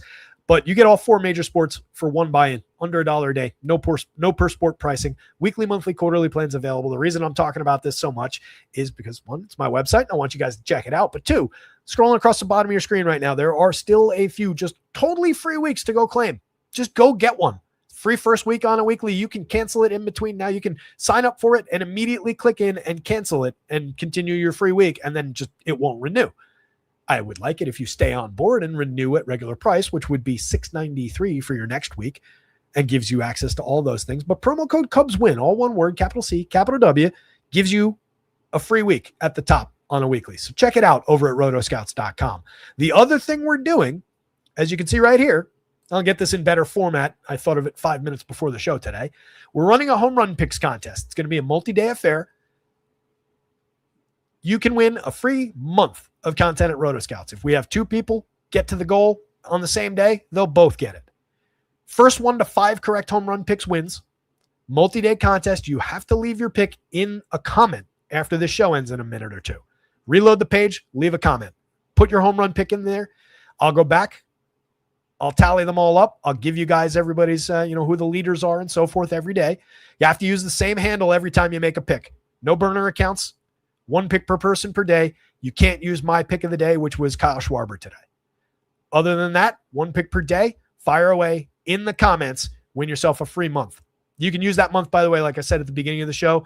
If you want to use it immediately for baseball, absolutely fine. If you want to hold it, keep it in your pocket till September when football's back and you get baseball and football for a full month. Totally fine by me. However you want to use that month, up to you. Got to be in the comments, though. Come back, comment on the video, hit the like, hit the subscribe. Discord is linked. It's totally free. You don't have to be a subscriber anywhere to join our Discord. Come hang out in the community. A lot of good folks talking baseball, talking basketball. By the way, there's a super active WNBA community in our Discord. It's a handful of guys that, they do their own projections. They talk about the news. They talk about the spots. I know nothing about WNBA. I could probably turn my model into a WNBA model and project it, but I don't really have that much interest in doing so. But if you're looking for WNBA, it's like a free little bonus sport going on in our regular basketball channel in Discord. You got to be in Discord to find that, though. Good luck out there tonight. Somebody go win something. Share those results when you do at Rotoscouts on Twitter or in that free premium Discord. And we will be back for presumably a shorter Thursday show tomorrow. If not, might have to drink some lemon water or something and nurse my voice. XX Cubs to close it out. This is the guy who sponsored those free weeks, by the way. XX Cubs, one of our recent 5-figure winners. We've had a handful of recent 5-figure wins, but Cubs, generous guy, dropping in to say, you just lost 10 subscribers mentioning WNBA. I think that's a good way to close out the show. Hey, up the WNBA, right? Those ladies are fantastic athletes who deserve some support. Not necessarily from me, but, it's not because I'm uninterested. It's because I just don't have the bandwidth. Go get them, gang. We'll see you tomorrow. Later.